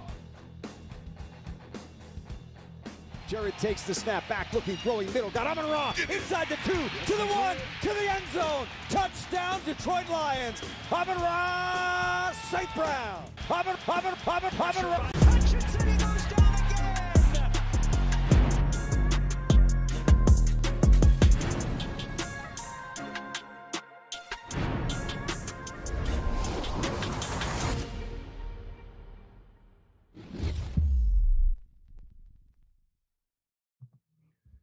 All right, let's not forget about our good friends over at CJM Auto Detailing. If you guys are in the greater Grand Rapids area, and they will travel about 30, 45 minutes outside of Grand Rapids, CJM Auto Detailing right now, located in Byron Center, Michigan, has a deal for you if you use code DFJ Sports at checkout. Get $25 off your package. They come to you, whether you're at work, at home. They come to you and get your vehicle done. I had them out at my home just last week to do Megan's vehicle. They did a wonderful job.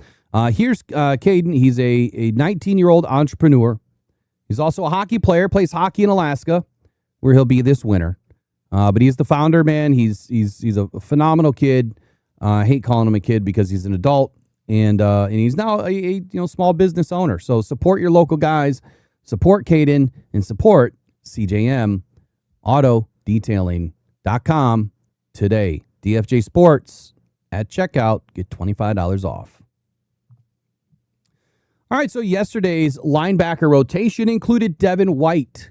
He entered the first team rotation yesterday. Obviously, he was recently signed by the Detroit Lions, where Devin White mentioned that he was contacted early in the process during free agency. For whatever reason, it didn't happen right away, and Jimmy Rolder goes down, and Devin White's in the building the very next day. Recently signed Devin White to what is reported about a 1-year, $3 million deal. I'm not 100% confident on the numbers, but maybe close. He received early opportunities with the first team offense yesterday, and Calvin Shepard had a 3-linebacker alignment with White playing the off-ball linebacker on the weak side at the will, Jack Campbell in the middle, Derek Barnes aligned as the strong side at the Sam position. Barnes is playing near the line of scrimmage for most of the practice periods that I've either witnessed or have seen video or read reports so far. But White's immediate first-team exposure indicates that the Lions intend to utilize him and evaluate him as a legitimate first-team operator in this room. Malcolm Rodriguez, however, continues to receive the overwhelming majority of the starting work, but it's early for Devin White. And as Dan Campbell mentioned today, they want to get White's weight down a little bit. Malcolm, again, he's performed consistently throughout the first 5 practices. He's been all over the place.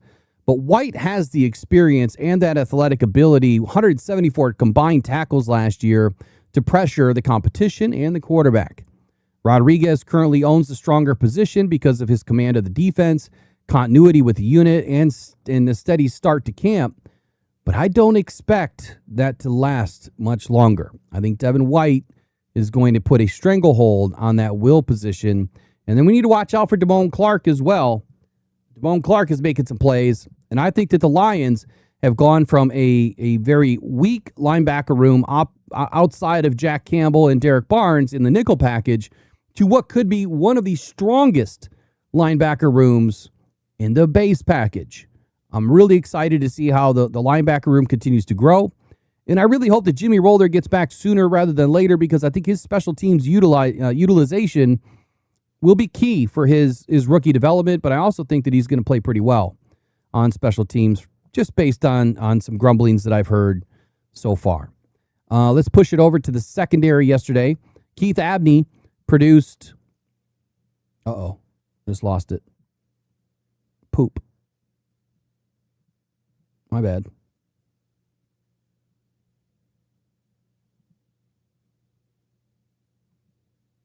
Oh, come on.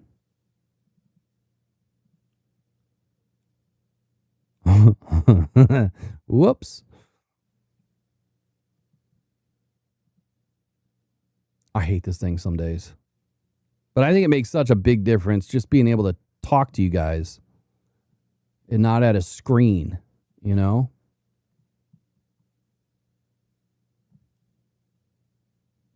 Here, let me do this. Let me fix it. I'll be right back.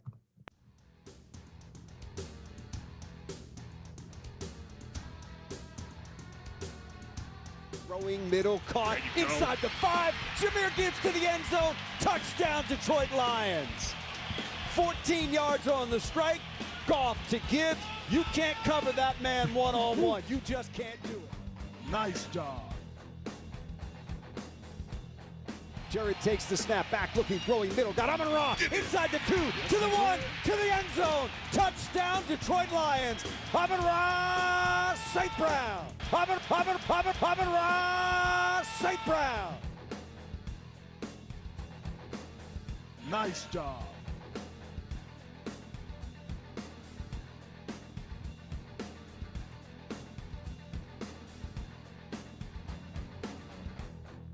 Mariota's got it back. Pressure comes. He's hit. Slips out of it. Rolling to his right. Now he's going down. Brian Branch got him. Sack for the Lions.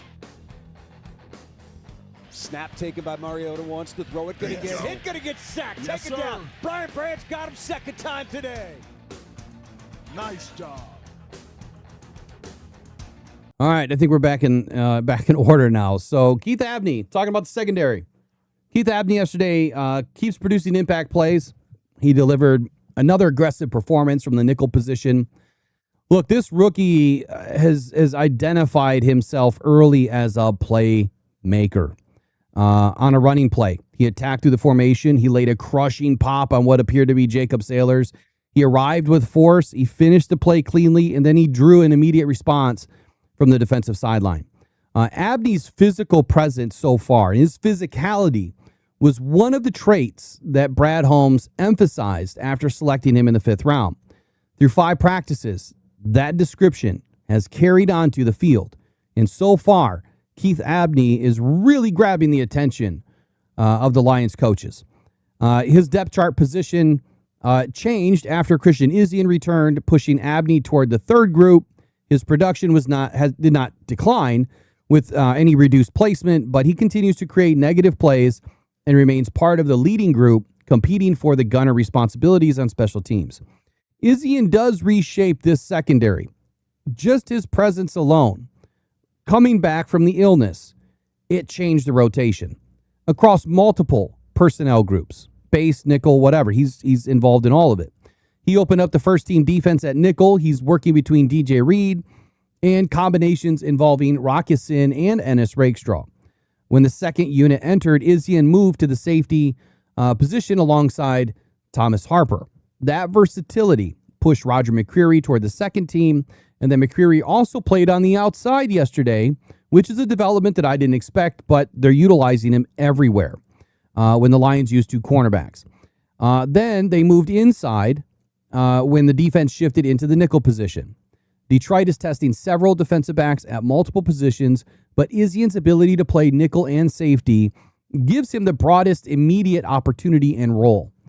DJ Reed, he won a rare rep against Amon-Ra St. Brown. Reed has stayed attached to St. Brown's hip pretty much throughout camp, and on a quick in-breaking route, he broke up the pass at the catch point. St. Brown usually secures throws in traffic, making any clean breakup against him notable, and that was the case yesterday. Reed maintained good leverage throughout the route and prevented St. Brown from completing the catch without grabbing or losing position. Reed has looked comfortable as Detroit's top outside corner throughout camp. Monday's reps and his repetition really reinforced his ability to compete against one of the league's most precise and physical receivers. Chuck Clark produced multiple strong fits yesterday against the run and consistently arrived at the point of attack under control. He also exchanged words with Amon-Ra St. Brown, chirping it up along the sideline and on the field following a very physical rep, adding to a very competitive edge of this practice yesterday. Tempers were heightened. When I was there Sunday, there was I think 2 skirmishes. I don't know if there was any skirmish yesterday. Next, we'll kick it over to the offense, and we're going to start with the quarterbacks. Kind of a light day for quarterback information. Again, I was working on this very, very late last night, so I could have missed some things. But Jared Goff's day 5 work really came during a practice built heavily around the running game and the trench evaluation. But he also finished his session with Detroit's cleanest offensive sequence. After Tyler Lacey displaced him early and disrupted an early play-action bootleg, forcing Goff to discard the ball, Goff responded, completing 4 consecutive passes in a row during the final first-team period. He connected twice with Amon-Ra St. Brown, once with Jameson Williams, and once with Isaac Tesla. He's been distributing the ball across the Lions' 3 primary receivers, and he's capped the stretch yesterday with a touchdown completion to St. Brown in very, very tight coverage. Teddy Bridgewater faced consistent pressure when he was in. Hassanin nearly reached him for a sack. Mekhi Wingo and Levi Onwuzurike combined to stop another team period passing play behind the line. His best work of the day came on 2 completions that produced major gains. He delivered an accurate sideline throw to Lucky Jackson, while Ahmed Hassanin was closing down on him. And then he connected with Jacob Sailors on a short pass that Sailors turned into a touchdown of approximately 40, 45, 50 yards. As you keep hearing, Hassanin. The dude is everywhere. Absolutely everywhere on the field. Running backs, Jacob Sailors, he produced 2 of Detroit's longest offensive plays. I mean, he was the primary back on the field at one point. After Sione Vaki left, practice with eye injury, as I mentioned earlier, and Jahmyr Gibbs obviously still unavailable. But Sailors moved right in behind Isaiah Pacheco in the running back rotation, and he produced. He burst through a right side rushing lane for a gain of more than 20. He then finished practice by slipping uncovered on a misdirection wheel route and turned that catch into a TD of more than 40 yards. Sailors has looked leaner, quicker so far through camp. Monday's performance, though, demonstrated that he can create explosive plays as both a runner and receiver. His roster path remains a bit crowded, but I do expect the Lions to keep 4. Gibbs' continued absence and Vaki's injury now will provide a lot more additional reps, first and second team opportunities. Pacheco also delivered a quality run using a sharp jump cut to redirect through an interior crease before accelerating into the second level. Kind of a light day on information from Pacheco for me. Jabari Small was the only offensive player credited with 2 wins during the opening space drill, I guess is what you call it. He created 1 victory with a cutback and another by beating the defender toward the edge. Again, I have to reiterate that Gibbs is still present at practice. He's just holding in. He's not present on the field. Next up, we're going to move into the offensive line. Christian Mahogany. Kind of mentioned this earlier in the top headlines, but Mahogany has really delivered some strong days. Strongest offensive line performance out of the day for him in day 5. Again, he defeated Ali McNeil on both of their one-on-one pass pro reps. He absorbed McNeil's power and controlled the matchup with his hands and his base. During the running period, Mahogany pulled across the formation and displaced Hutchinson to help create a lane for the ball carrier. I don't know who had the ball at that point. It might have been Pacheco. It could have been Vaki. I don't remember. Mahogany's power has been evident since he returned, after his NFI injury list.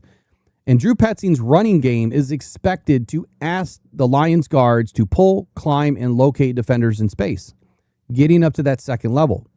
Mahogany's ability to execute those assignments has strengthened his fit within the new blocking system.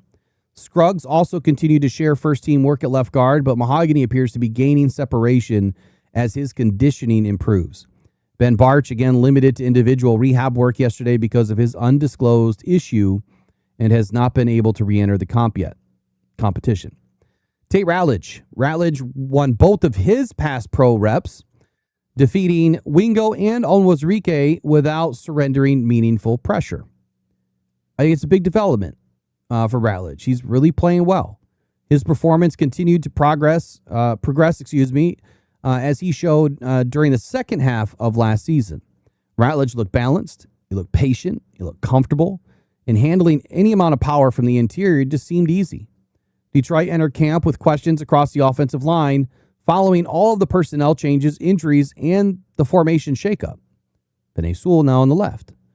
Ratledge has provided stability at the right guard position, has not given the coaching staff any reason to reconsider the draft pick or his place within the starting group. And then there was Cade Mays. He responded well yesterday after getting beat early, but he experienced one of the widest swings of the one-on-one period. Tyleik Williams overwhelmed him with that bull rush that went viral for Detroit Lions media on the first rep, driving Mays all the way back towards the quarterback, which was at that time Dan Skipper, and possibly all the way out to Rotunda had they not stopped. My quick analysis is this.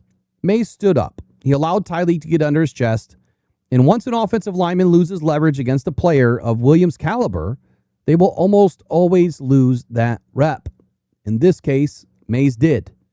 Mays also showed useful movement in the run game, pulling into space and sealing a lane for the running back. His ability to recover after losing badly on the first rep was a very positive response, a response that you're expecting out of a vet, and especially during the padded portion of practice. One loss on one-on-ones is not an indictment on Cade Mays as a center. He has played his last 20 games at center, allowing 0 sacks and only 14 pressures. Relax. Mays did correct his base and his pad level, staying competitive the rest of the day.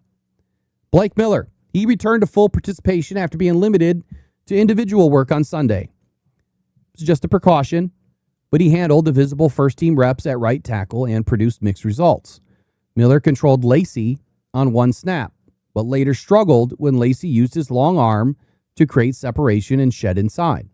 Wanham also defeated Miller with an outside rush and forceful finish. Those losses exposed areas that Miller has to improve, particularly his anchor against power and his ability to reset his hands after an experienced rusher gains an initial leverage. Borum still remains involved in the competition and produced a strong one-on-one period. He neutralized Wanham and Hassanin. Miles Frazier continues to build one of the strongest camps among Detroit's reserve players. He began camp in the left guard competition, but has expanded his role and responsibilities to second-team right tackle, both guard positions and occasional work at left tackle. His movement skills, his endurance, and his positional flexibility have allowed Detroit to use him across all three units. Frazier held his ground against Lucas. Well, I guess we had one other thing against Lucas, or on Lucas. He defeated Eric O'Neill at tackle and then later moved inside to beat Wingo at right guard. A reserve lineman who can cover 4 positions provides significant game day value. Frazier is positioning himself as Detroit's most versatile backup and one of Detroit's strongest candidates for an active roster role. The rest of the reserve offensive linemen yesterday. Priestley continued to adapt well to guard after playing tackle at Grambling in Illinois. He controlled Gil Howard and Tyree West during the one-on-one period with very strong hands and a stable base. The center from Ohio State, McLaughlin, successfully anchored against Quiniana and the veteran Miles Adams. His work gave Detroit another encouraging option behind Mays at center. Scruggs also defeated Gil Howard, but lost decisively to Lacey. The mixed results reflect Scruggs' current standing. He remains capable of competing at left guard, but has not matched Mahogany's physical impact since the pads came on. It's just one day. We still have plenty more to go. Kobe Sorsdahl, this is not a surprise, struggled against Hassanin's outside move, Mason Miller won against Gil Howard, but later surrendered an edge to Tyree West. Before we get into the receivers, I want to make sure that I touch on something here, because I think it's important that you're seeing a mixture. You're seeing a mixture out of all of these guys and their ability. One, moving from position to position is not easy, especially while you're learning Drew Petzing's system, which asks a ton of you as an offensive lineman. Not only the blocking schemes, but the movement skills, being able to move. If you go back into DetroitFootball.com and go read the few articles that I put out about Drew Petzing way back when he was hired, there's a few things that I put in there that are resonating today.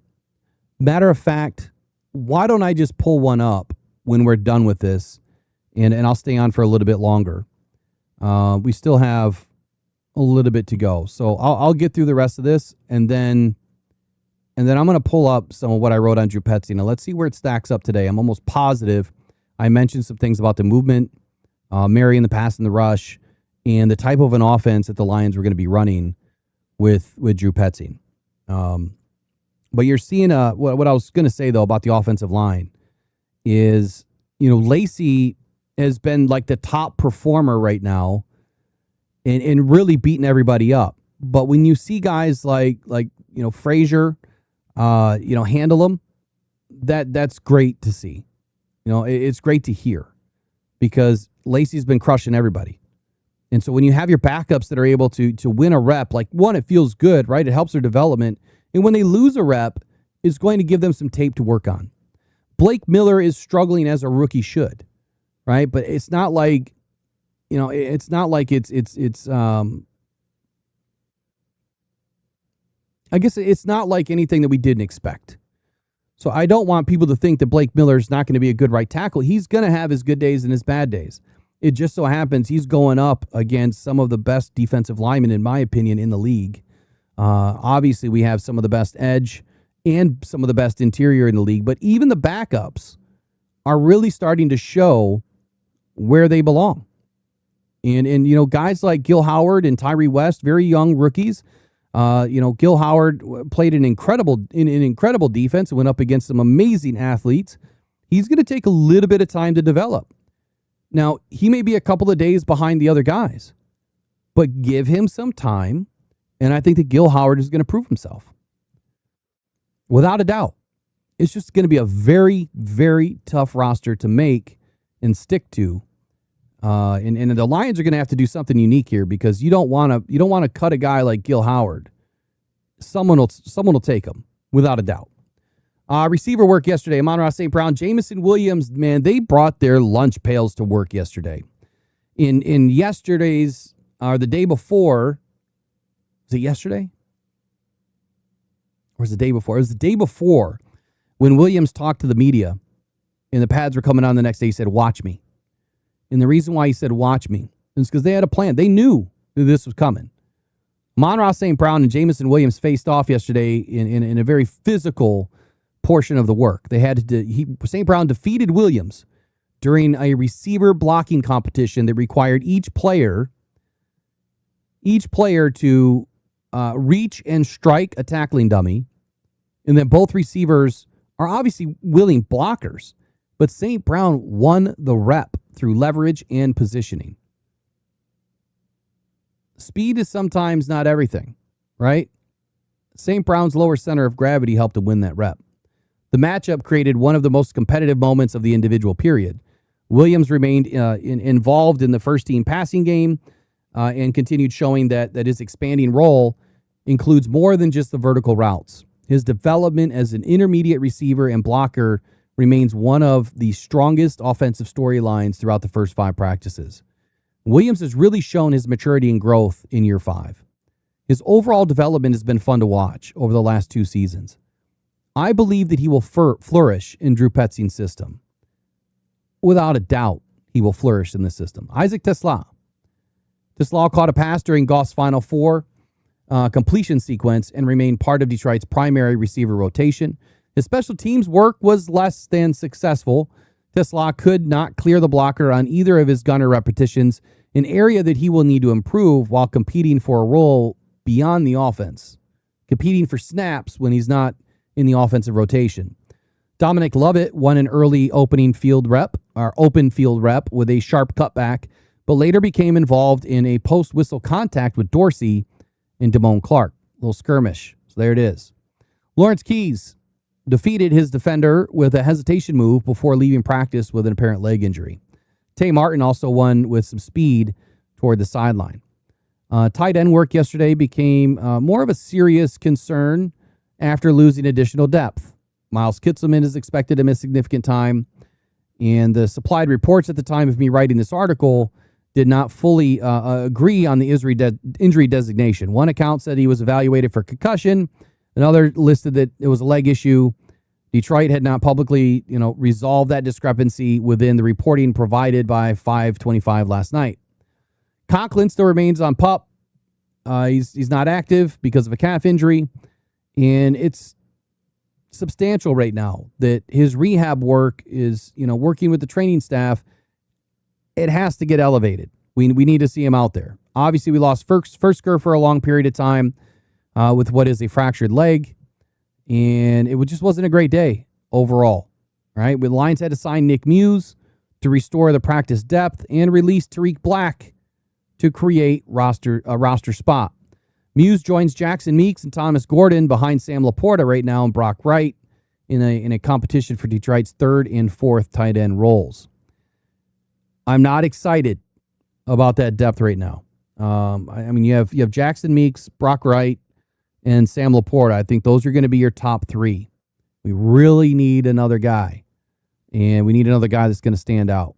Don't know who that is. Miles Kitselman, I had early as an early winner, an early dark horse, based on what he did in OTAs, based on some of the things that I've read about him.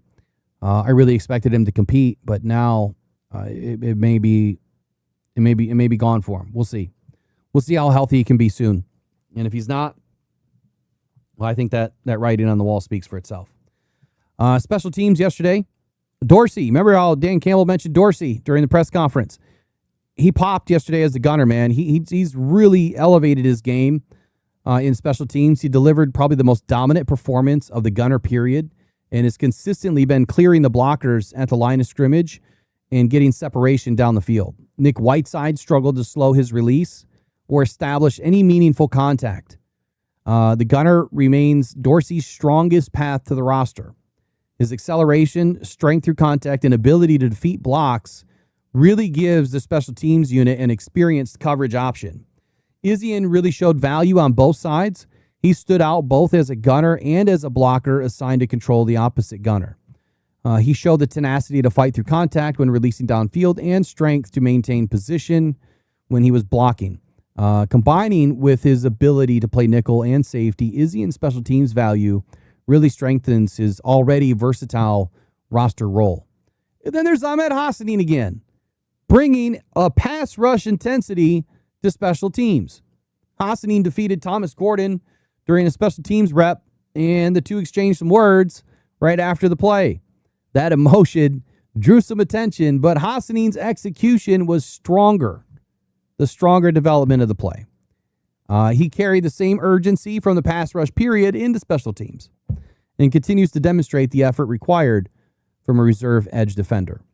Detroit's leading gunner candidates currently include Dorsey, Rakestraw, Izien, Abney, and Rock Ya-Sin. I'm just going to throw the name out there. We haven't seen enough out of Abney in special teams just yet, but it's coming. I think that Abney's going to stand out, and I think that Rakestraw is going to stand out. Rakestraw's been struggling a little bit. He's been staying sticky, but you can clearly see that Rakestraw's in a developmental year. It may just flip like a switch for him, too. Like, he is so close on so many plays that, give him another week, give him another few practices. Rakestraw may begin to, start gaining on Rock Ya-Sin, but I just don't see Dan Campbell not rolling with Rock Ya-Sin. But I do see Calvin Shepard utilizing Rock Ya-Sin and Rakestraw against certain opportunities against the opponent. So I think it's going to be matchup oriented where these guys are going to be utilized. If you need a guy that's a little bit quicker, Rocky Sin doesn't have the same speed that Rakestraw does. So if you need a guy that's a little bit quicker, you might see Rakestraw in some games versus Rocky Sin. And depending on what the opponent is doing with their wide receiver, matchup of the day, I think that you're going to see a universal package of rotation between the guys. And look, Rake is so close. He's getting there. If he would have just had the last couple of seasons to be able to play, his development, it could have exceeded where Terrion Arnold was going. You did hear Kelvin Shepard the other day say that Terrion Arnold had number one ability. It just wasn't coming out of him yet. And I think that this last year has just been a big distraction for him, and it's unfortunate. Which, by the way, TA has his first primary hearing in 9 days. So if it is televised, we will be on for that. Not that it matters for Lions, news or media, but I'm interested. And I'll probably do it on the other channel. I won't do it on this channel. So anyway, Tesla, he still remains in the evaluation period for special teams. He needs to improve his releases after being controlled on both of his reps on Monday. And that is it for day 5. Some big developments. And so I asked the question, what is your biggest concern or takeaway so far through the Detroit Lions training camp? What it is, put it in caps in the chat right now. We could talk about it. You can also drop a comment in. You can also send me a voicemail at 313-PODCAST, 763-2278, 763-2278. Again, that's 313-763-2278. Drop a voicemail in, send a text, drop an email to mailbag@rockdown.com, and we would like to talk about what you're talking about right here on this show. And, of course, when we do take phone calls live, call in. Don't be afraid. We're just going to have a conversation. But do me a favor and make sure we don't have any background noise so that we can hear you. And just be patient so that I can kind of work back and forth with you and have a conversation that way that kind of goes back and forth. Otherwise, I'll just sit, give you 90 seconds, and then we'll talk about it off the air. We'll do it either way. So that's day 5. I'm going to take a quick break. And then when I come back, I did look up Nick Muse. There was really nothing of note to talk about. But let's get into some media session and break down what the coaches had to say yesterday. We'll be right back.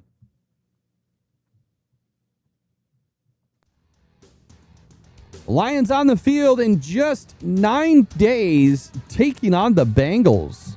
Preseason. Week 1.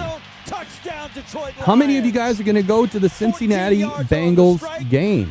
Tickets are ultra cheap. If you're going to go, well, hell, I may just go with you. Let me know if you're going to go. I might attend. There was tickets for like $2. Takes the snap back, looking, throwing middle. Got Amon-Ra inside the 2, to the 1, to the end zone. Touchdown, Detroit Lions. Amon-Ra, St. Brown. Amon-Ra, St. Brown. Nice job.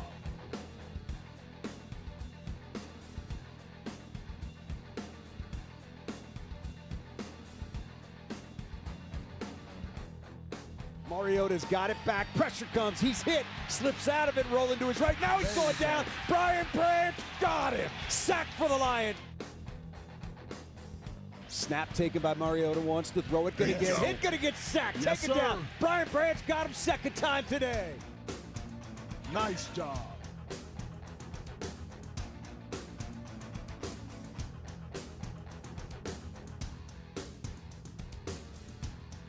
Hands it to Gibbs, running right, runs through a tackle, gets down to the 10, Gibbs to the 5, still fighting, down to the 2, down to the 1, to the Hutchinson, he goes down again!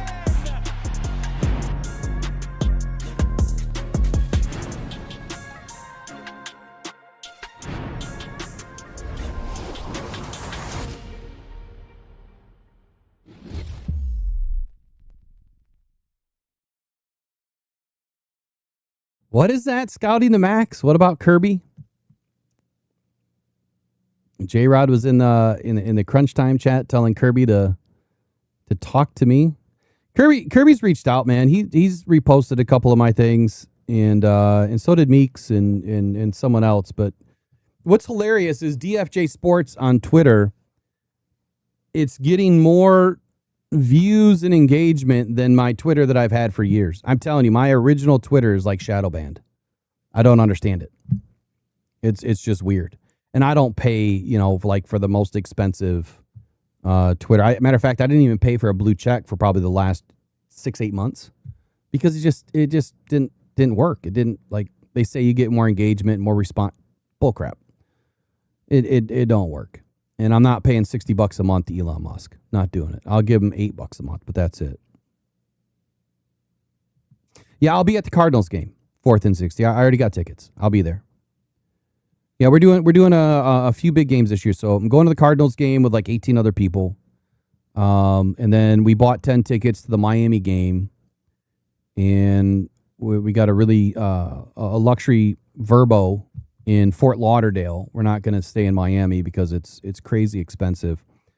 I mean, Fort Lauderdale is expensive too, but for $3,000, I mean, we got a 5-bedroom, 4-bathroom, a beautiful home right on the canal, and we might run a boat for a week and just park it right there at the home, and do some fishing. And so we're going to spend a week down there, take a little vacation, spend some time with my kids that live in Naples, and make it a fun environment. We got really good tickets for Miami, and right. Well, we have 8 people going out of the 10 right now. We'll see if we have some extra ones. See if Eric can go if he wants to go. We definitely will have the space. Or I don't know if any of the people out of our club are going to go. But so far it's just family. It's just like a family reunion for us at the Miami game. I'm excited to go to Miami. I mean, it's I haven't been there in a while. I got some friends down there that I should probably reach out to and see if they can't bring us out on their big old yacht. But I think it's going to be a fun game. And then the Cardinals game, so I'll be hooking up with Andy. He lives out in Arizona. He was the original partner to this. Obviously still a good friend. But after he suffered a stroke, he just couldn't go on any further. So we'll get a chance to reunite with him out there and enjoy Arizona for a couple of days, which my son was just out there. He was just out there for like a week. He should have just waited till October when I could go.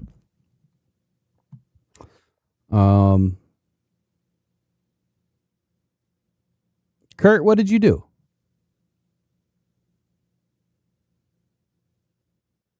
What did Kurt do? I haven't monitored the chat at all.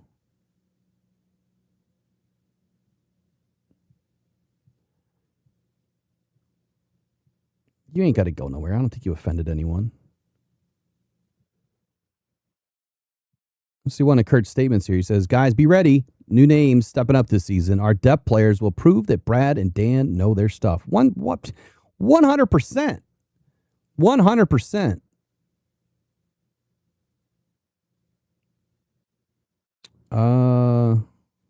Kurt says, I like Pacheco. I believe he will show a lot of skeptics what a good pickup he is. 100% with you there too. 100%.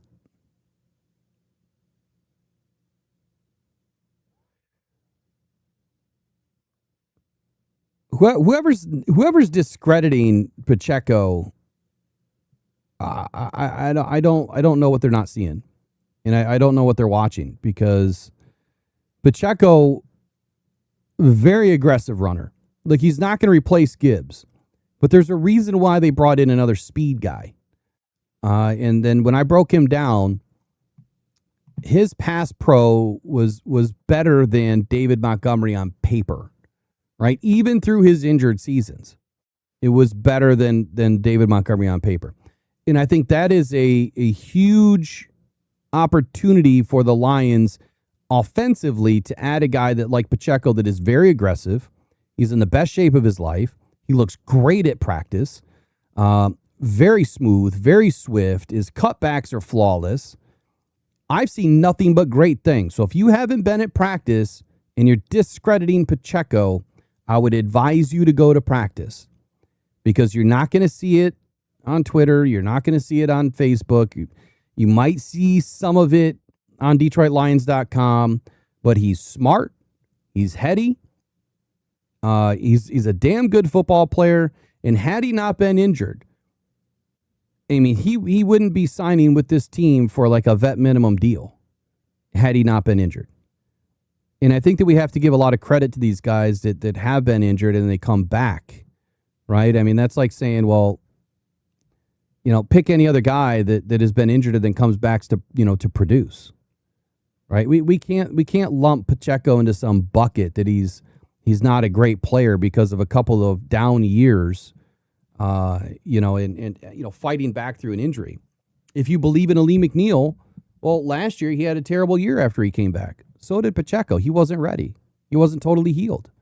After his first injury, I think he came back after a couple of weeks, and you could tell that he wasn't the same. And you could tell that there was something not right. And then he got injured again, and it was a pretty bad injury. It takes time to come back from. Look at Khalil Dorsey. Like, he's just now getting back to where he was in 24. I've said this before. Aiden Hutchinson had a really rough injury. And last year, he produced beyond his means of where a player that gets injured their first year and coming back usually produces. It's usually a throwaway year. Now, Aiden had some cleanup sacks, right? He had some sacks that were well over 4 seconds, multiple of them. But he also produced in other ways. Was he perfect? No. Was he still one of the best guys out there? Yeah. But this year, now that he's a couple years out of that injury, watch Aiden have a much better year. So I will never discredit a player coming back from injury. Running backs have done it multiple times, but sometimes they lose a little bit of a step. And you also have to look at the offensive lines that he was playing behind and where, that development went throughout the season. Isaiah Pacheco you can't discredit any of these players that Brad has brought in. If anything, they've proven time and time again that he's made the right move. Pacheco, as a rookie, put up 830 yards, 935 in his second year. And then in 2024, he only had 83 snaps on 310 yards, which was 3.7 average. Not where you want to be, but he was banged up.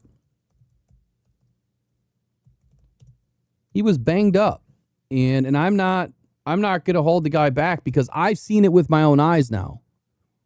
Now, they weren't in pads on Sunday, but I've seen it in my own eyes how quick and ready he is.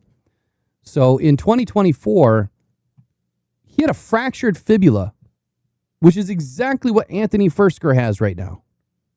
He had a fractured fibula in September, underwent surgery. That was in week 2 against Cincy, and he only missed 10 games. 10 weeks after a fractured fibula and in surgery. How can we say that he's not a good player? So lose the David Montgomery love and quit pooping on Isaiah Pacheco if that's what's happening. I fear that's what's happening because so many people love David Montgomery, they're not going to give his replacement or perceived replacement a chance. And that's wrong. That's SOL to me. It's wrong, completely wrong. He had a torn labrum in his shoulder in 22 and 23. He had a hand and a thumb fracture in January of 23. He had a concussion and a shoulder contusion in December of 23. And in 2023, he still put up almost 1,000 yards. 935 on 205 carries. That's durability, right? That's a dude that is able to still produce and rise above the injuries. Now, a fractured fibula is way different. Way different. Their legs are everything, right? And when your legs get cut out from underneath you, it takes a little bit of time to get the strength back, right? To feel strong again. And in 2024, he ended up playing in 7 games. So 2 games. Well, the first game of the year he played in, The second game is where he got injured. And then he played in the last 5-ish games of the season, but they didn't feed him the ball. He only had 83 touches, 310 yards. 83 carries, 310 yards. And then in 2025, he was obviously relegated, to the depth of that team. But that Kansas City offense last year was not great. They had multiple injuries everywhere. Offensive line was not great. Patty Mahomes got injured. So, again, I just don't think people are giving Pacheco enough credit. He's healthy. He's in the best shape of his life. Let him produce. There's no reason to discredit who he is and what he is before he's even stepped on the field.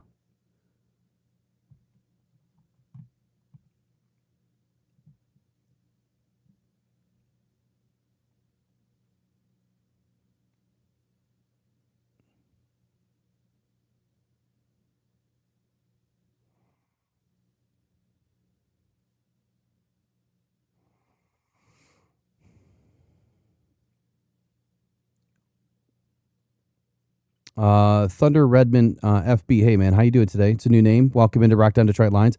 Said he's a speed version of David. He absolutely is. Absolutely is. He's a speed version of David. He's a better pass pro guy, and he can hit the hole with a lot more speed. He won't get caught from behind. He ran like 4.36 speed, and Jahmyr Gibbs, guess what he runs? 4.36 speed. Now, there's a difference between being swift, right? Not DeAndre Swift, but being swift and quick versus fast. Gibbs is a lot more shifty, swift, and quick in and out of his breaks. He kind of glides. If you ever notice that about Jahmyr Gibbs, he just kind of glides, and his jump cuts are on a dime. His juke moves, they're instantaneous, and he's just so shifty, right? And then he can hit that extra gear. He goes from first to sixth gear in a heartbeat. Pacheco, same kind of speed, but he runs really hard. And he runs hard to make contact. He loves contact. Well, maybe this year he'll learn not to take as much contact. But he was always looking for contact. Now he's going to have to learn how to finish forward and try to evade, more of these guys. Yeah, he may be used in and around the goal line because he's going to be the bigger back. Right? He's 210, 215 pounds right now? I think is what he said.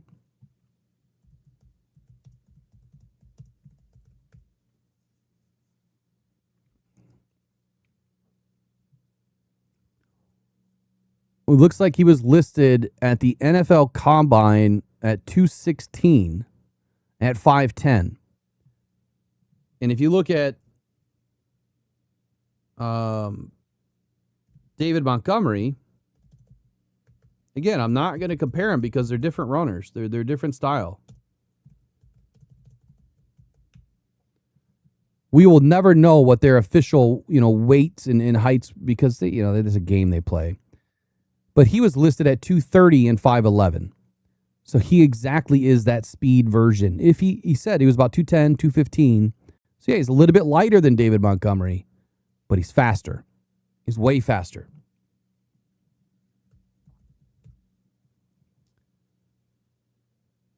David Montgomery ran the 40-yard dash at 4.63.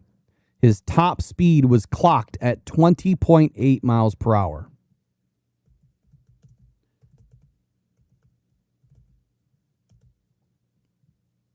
And Isaiah Pacheco's official 40 was 4.37, which was tied for the fastest among all running backs in the 2022 Scouting Combine.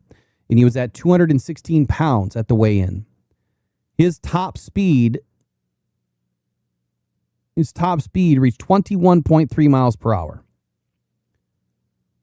So I think that we have a very solid duo here. And then we also can't forget, as long as Vaki is healthy, we're going to have guys like Vaki that are also going to pick up, some of those goal line carries.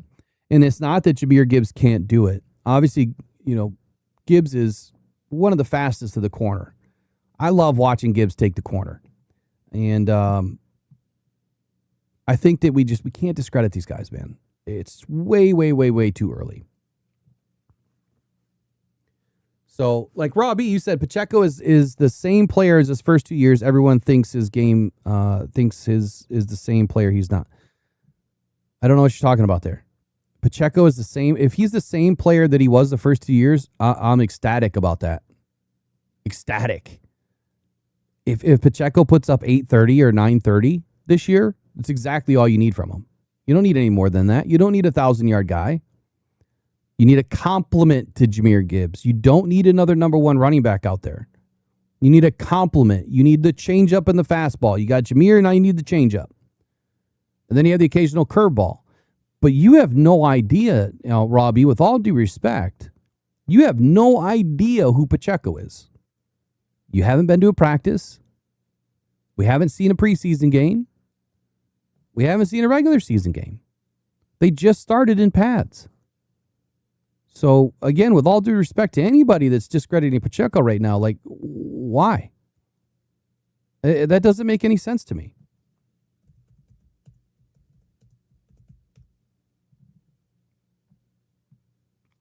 He's a 7th-round draft pick that played meaningful snaps as a rookie, all 17 games, and then 14 games in 2023 after battling through 3 games of injury, and still almost put up 1,000 yards, missing 3 games.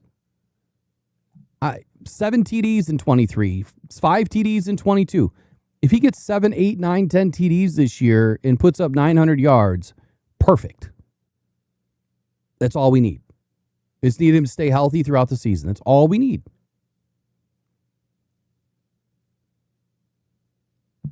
Robbie, you don't know what he has. You don't know what he has for speed. You can't say that. You can't put blanket statements out there.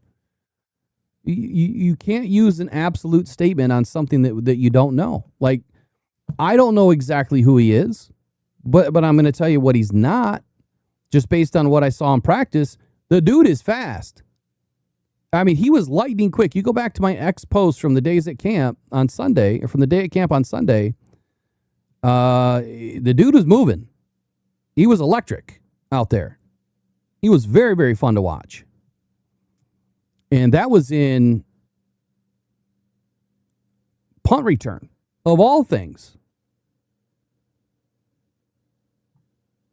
So I think that we need to pump our brakes a little bit on Pacheco. Just let him show you who he is. We'll find out who he is. He hasn't even hit the field for a game yet. So when we see him in preseason, then we'll find out. I don't think that the Lions would have brought him in if he wasn't a very similar player to what he was a couple years ago. He's already stated, and it's been followed up that he is in the best shape of his life. He looks it. Trust me. He looks like a complete animal out there with how big he is. He's going to hold up just fine. And with a revamped offensive line, I think he's going to do just fine. But I'll digress off of that topic. It's a worthless topic to even talk about because we have no proof. We have no proof of what he is. So unless you have a recent combine or a recent 40-yard dash time, I mean, I would never say that he doesn't have the speed because we don't know. Except from what I saw with my own eyes.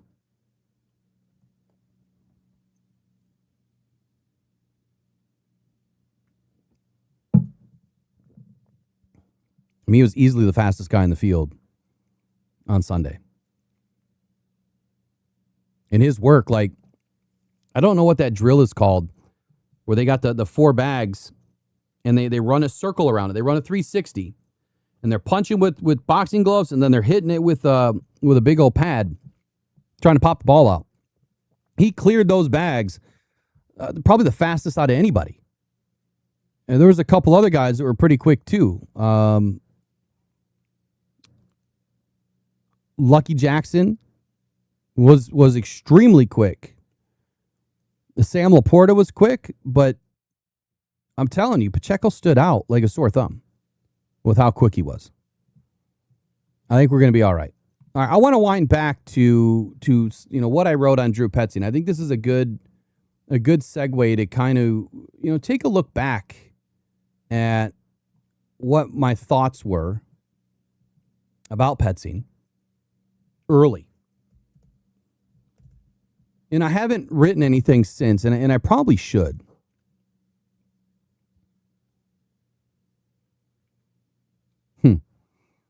We'll start with the first one. I think this is the first one. January 20th, 2026.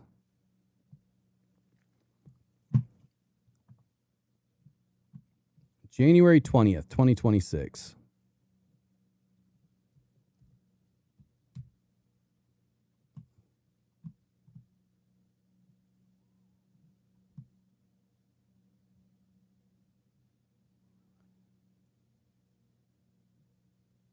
All right, so I said on Sundays, most fans watch the ball on TV, and next season, the smartest fans in Detroit will be watching the guards. Well, that was a big call, right? That was a huge call of mine because I thought that our guard play was going to be exceptional, and so far it has been. If you want to understand the 2026 Lions, you have to stop speaking in cliches. Run the damn ball. It's no longer a strategy, it's a slogan. By the end of this article, you will start asking the right questions in 2026. Why aren't we running more gap schemes? The reality of what Drew Petzing brings to Detroit is far more sophisticated, a complex, violent dialect of football that changes the geometry of the field. To truly understand why this hire works, you have to learn the language of the system. Here is your glossary for the new era of Lions football.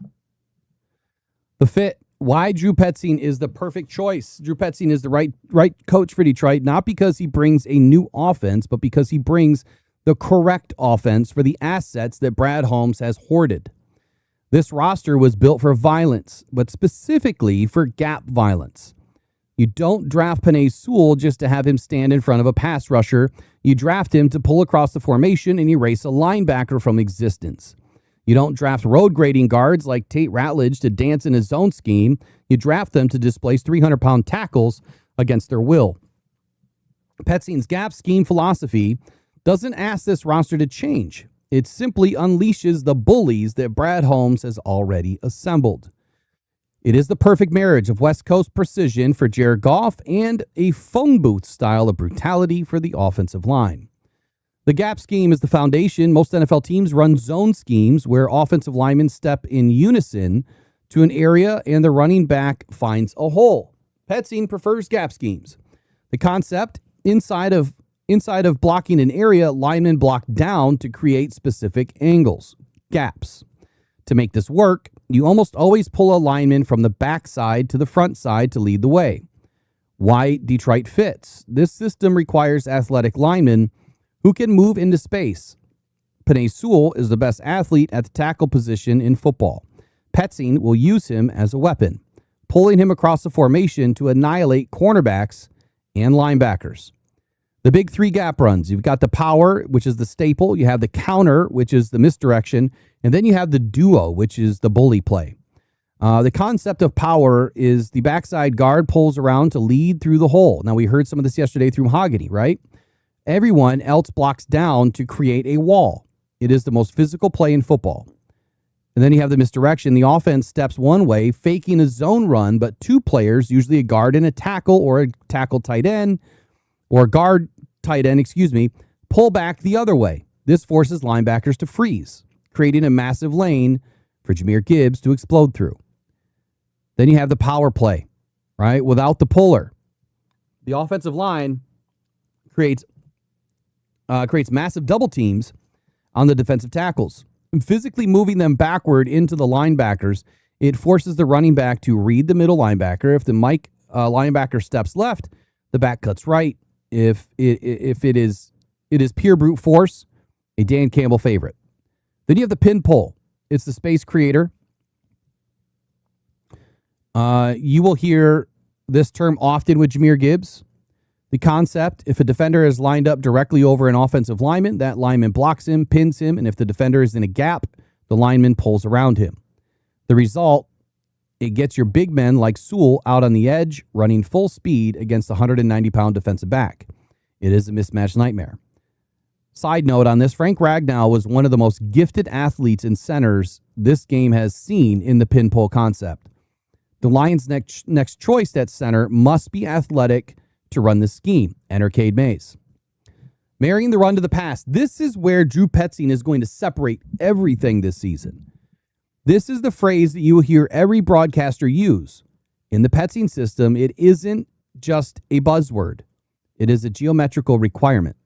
The illusion in a bad offense, the run plays look like run plays. And pass plays, well, they look like passes.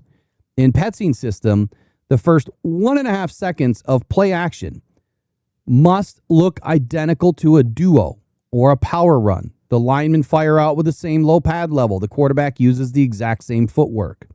The conflict is this is where you put the linebacker into conflict. He sees the guard pull, signaling a run, so he steps in to fill the hole. By that time, he realizes the guard is actually pass blocking. The tight end, Sam Laporta, has already slipped behind him for an easy 15-yard catch. This is how you manufacture open receivers for Jared Goff. The modern West Coast offense. How does this all tie into the West Coast label? Traditional West Coast relies on short horizontal passes, slants, or flats to replace the run game. It was finesse-based. The Petzing-Shanahan hybrid, this system keeps the West Coast passing concepts with timing, rhythm, horizontal stretch, but pairs them with the violent gap run game described above. Why it matters for Goff. It simplifies the quarterback's world. The heavy run game forces defenses to play single high. Safety looks to stop the run. This gives Goff clear defined reads. If the corner stays low, you throw the deeper route. If he bails deep, throw the short route. It turns the quarterback into a distributor rather than a magician. Exactly where Jared Goff thrives. In the trenches, in assessing the personnel fit, does Detroit actually have the bodies to run this gap-heavy system? The short answer is yes, but the torch is being passed. The old guard, a transition looming. We must acknowledge the reality of the calendar. Taylor Decker and Graham Glasgow have been the heartbeat of this line, but 2026 feels like the pivot point. Decker's game has always been about technical consistency, but as a gap scheme, as gap schemes require linemen to pull and move laterally more often, this age becomes a factor. Glasgow, a pure phone booth brawler, fits the duo calls perfectly, but may lack the explosive footwork or foot speed that Petzing prefers for those pin pulls. Now remember, this was January 20th. This was before free agency, before the Super Bowl. And I already said that Taylor Decker and Graham Glasgow wouldn't be here any longer. Fantastic call. The young core, built for violence. This is where Brad Holmes' recent draft strategy looks prophetic. He didn't just draft linemen. He drafted Petzing-style maulers. Tate Ratledge. Ratledge is a gap scheme native. At Georgia, he played in a pro-style offense that majored in counter and power. His scouting profile was defined by his anchor and ability to maul in tight spaces. He isn't a finesse zone blocker. He is a road grader, designed to down block on a 3-tech. Exactly what Petzing's duo plays require. Christian Mahogany, former Boston College. That's exactly where Petzing came from. The fit. If you built a guard in the lab for Drew Petzing, it would be Mahogany. His college tape at Boston College was filled with gap runs. He was described by scouts as a bouncer outside a club, a player who thrives on pulling around the edge and burying the linebackers in space. He is the ideal puller for the power O and plays that will define this new offense. Well, again, yesterday, Mahogany was pulling all over the place. Miles Frazier.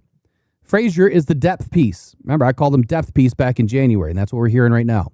Who fits the physical profile. At LSU, he excelled in tight spaces and showed the ability to execute short pulls.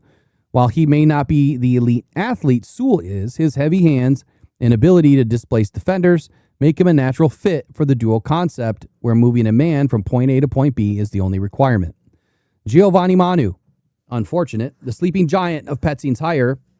The fit, if you are looking for a roster-specific reason why this hire matters, look no further than the 6'7", 352-pound mountain from British Columbia. For 2 years, Giovanni Manu has been a project. Under Drew Petzing, he becomes a weapon. Unfortunately, he is now injured. The gap scheme is unmatched with Manu. In the previous zone-heavy world, Lyman relied on elite lateral agility to chase down fast defenders. While Manu is a freak athlete, 4.96 speed, his technique in space has often been labeled as raw. Petzing's system solves this by simplifying the geometry. The new scheme prioritizes vertical displacement over lateral finesse, refining Manu's role to maximize his massive strength and length, allowing him to focus on moving defenders against their will rather than mirroring them. In the Petzing shift, I think the Petzing's gap scheme power duo simplifies the assignment. It asks the tackle to block down, wash the defensive end inside, or pull around the edge. The fit, Manu is a road grader.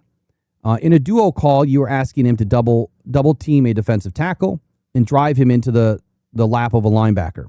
This utilizes his 350-pound frame to generate vertical displacement rather than asking him to dance laterally. He doesn't have to catch defenders anymore. He gets to attack them. The jumbo tight end fit, the sixth offensive lineman.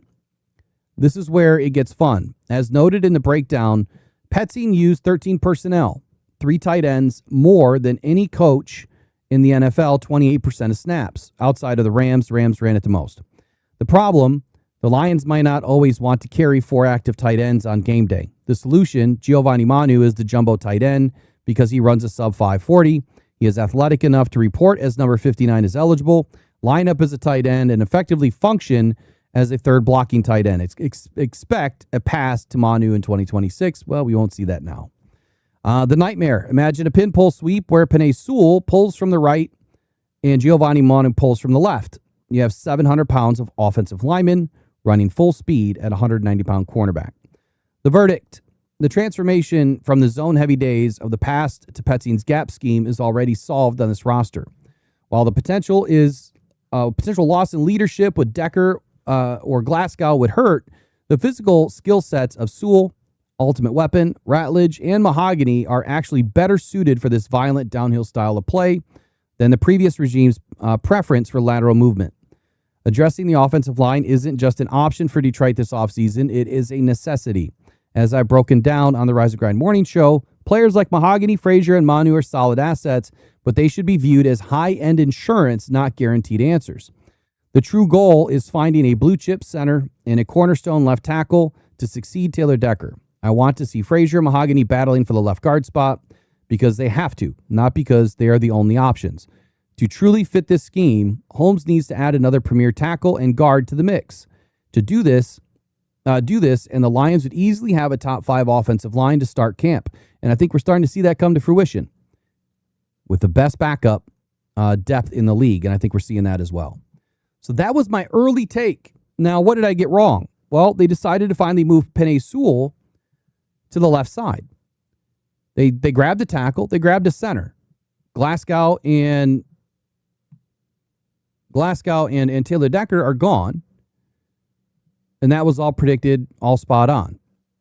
So now you have to look at what we have on this offensive line. I think the depth is crazy good. Now with Barch and Borum and Scruggs, I mean, they've really gone far and wide to bring in the right players. Now, so I put out 3 things on the 20th. Let's go to the next one. On Drew Petzing.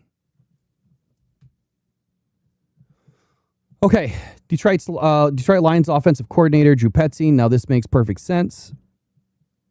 This was actually on January 19th. I published it on January 20. All right, the search is over. The Lions found a schematic mirror image of Dan Campbell with former Arizona Cardinals offensive coordinator Drew Petzing. Do not confuse this for a culture hire, as I've seen suggested online. That narrative is lazy. This move is purely tactical. It isn't about maintaining vibes. It's about X's and O's. Matching Detroit's physical roster with one of the few coaches who genuinely shares the same DNA. The predictable reaction, cue the outrage. You wanted the splash. You wanted the McDaniel magic show. Sorry to burst your bubble, but real football doesn't work that way. That desire stems from the same Madden mentality that begs for flashy, expensive, and senseless trade deadline moves. It's casual thinking. I know. I'm being a little rough, but it was needed at this time. What's the brutal truth? McDaniel is a flight risk, not a fixture. He wouldn't have come to Detroit to build. He comes to audit his resume, booking a layover before his next head coaching gig somewhere else, right? It was never a one-way trip. I warned everyone from day one, not happening. Maybe it's time you subscribe to Real Football Talk and join the adults in the room. Links below. That's right here where you guys all are today. All right, let's dive into the Drew Petzing. Just isn't a safe hire, but potentially the perfect one to unlock the next level of the Lions offense in 26. While the dismissal of John Morton signaling a desire for change, the arrival of Petzing signals a desire for evolution rather than revolution. Petzing, a disciple of the Kevin Stefanski and Gary Kubiak coaching trees, brings a system that prioritizes the very things that Detroit cherishes most. A violent run game, heavy tight end usage, complex blocking schemes, ruthless efficiency off play action, chaos, confusion for opposing defenses. Oh, don't do that. I thought I fixed this on my mouse. I guess I didn't. When violence meets the West Coast offense, the primary reason Petzing fits Detroit is that he speaks the language of gap football. Unlike the spread-heavy air raid coordinators of the college game, Petzing's base philosophy is built on the under-center run game, specifically dual power and counter. The heavy personnel identity in Arizona, Petzing was famous for his usage of 12 and 13 personnel groups. This aligns perfectly with the Lions roster that has invested heavily in offensive line depth and tight ends. Early prediction, expect the Lions to draft the next left tackle and tight end of the future in 26 that fit the scheme. More on this here. There's probably another link right there. Well, I got that wrong. You're supposed to get the left tackle, but we got the right tackle because they moved Panay. And we didn't get a tight end. I don't know why we didn't get a tight end. The run game continuity. The Lions do not want to become a finesse passing team. In 2023, Petzing's Cardinals finished second in the NFL in rushing average, 5.2 average per carry, and fourth in total rushing yards. He achieved this with a roster far less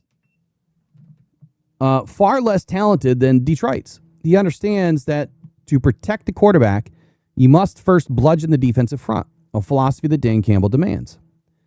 Play action candy. Petzing's system relies on marrying the run and the pass. Because he runs the ball so effectively from under center, his play action shots are devastatingly effective. This mimics the specific Goff-friendly structure that Ben Johnson used to turn Jared Goff into a top-tier passer. Force linebackers to step up to stop the run, then throw behind them. The weaponry fit, unlocking the core four. How does Petzing's history translate to Amon-Ra St. Brown, Jamison Williams, Jahmyr Gibbs, and Sam Laporta? The tape suggested a massive potential for increased production and growth for all four inside this scheme. Jahmyr Gibbs and David Montgomery, the Connor effect. Petzing isn't afraid to feed a bell cow. In Arizona, he turned James Conner into the engine of the offense, leaning on him for pin pull, sweeps, and gap scheme runs that allowed him to play arguably the best football of his career. For Jahmyr Gibbs, Petzing's diverse run menu, specifically the perimeter toss and counter plays he designed for Conner, will get him into space against linebackers who are frozen by the threat of the inside run or screen. Running backs in this system typically saw their fair share of involvement in the passing game. Petzing would typically dial up 6 to 8 options in the slot, out of the backfield, or screens per game. And I think that you're going to see that this year. I still think that number is fair, but it could be more.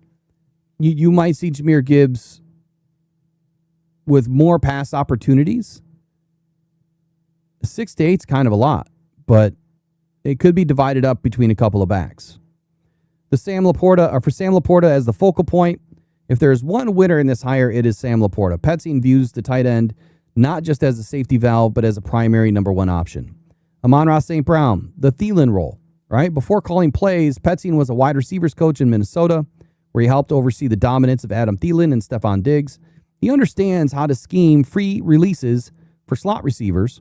St. Brown will likely see an increase in choice routes over the middle, where Petzing's quarterbacks are taught to attack the intermediate void. Sound familiar yet?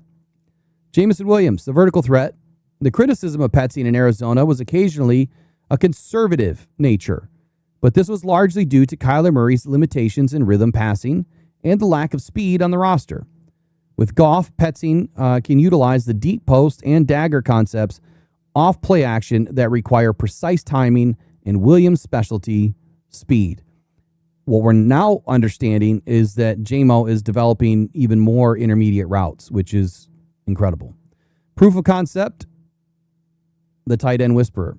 The most exciting evidence for the Lions fans and Petzing's direct track record with tight ends. He doesn't just use them, he manufactures production for them. The Trey McBride explosion under Drew Petzing. Trey McBride went from a promising young player to a statistical monster. In 2025, McBride set a franchise record for conservative games with 5+ catches, effectively becoming the Cardinals' entire passing offense. Petzing force-fed him targets, designing specific tight end screens and Y ISO plays to get the ball into his hands 10+ times a game. How does that translate? Expect Sam Laporta to be a centerpiece of the game plan, not just a red zone threat. Then there's the David Njoku renaissance, right? Before Arizona, Petzing was the tight ends coach for the Cleveland Browns, 20-21. Under that tutelage, David Njoku developed into a complete tight end. In 2021, the Browns were the only team in the NFL to have 3 different tight ends record at least 3 touchdowns each. How does that translate? Well, this suggests that not only will Laporta feast, but the Lions tight end 2, potentially Brock Wright or a draft pick, will also be a significant factor in the red zone. They brought in Conklin, they brought in a few UDFAs, and now they're translating who? Jackson Meeks into a hybrid opportunity that has real receiver expectations. So expect it. The Lions will be drafting another tight end in 2026. I missed on that one. Oh, well. The Petzing was trash narrative. Just stop already. He is the reality check for everyone screaming about the Cardinals' 2025 stats. Calling Drew Petzing trash because of the 2025 Arizona Cardinals season isn't just lazy, it's malpractice. Yes, the Cardinals finished 3-14. Yes, the run game plummeted to 30th in yards per game in 25, from 7th in 24, and 3rd in 23. But context isn't an excuse, it's the evidence. You cannot evaluate a coordinator when the training room is busier than the end zone. Let's look at the actual weaponry that Petzing was handed in 25. QB1 was Kyler Murray. He played 5 games. Can't see over the O-line. Had to scramble or use rollouts often just to get Murray in position to see downfield. Kyler Murray is an off-platform quarterback. He is not a perfect quarterback in Petzing's system. Not even close. The RB1, James Conner. He was the engine of that entire scheme. He only played 3 games.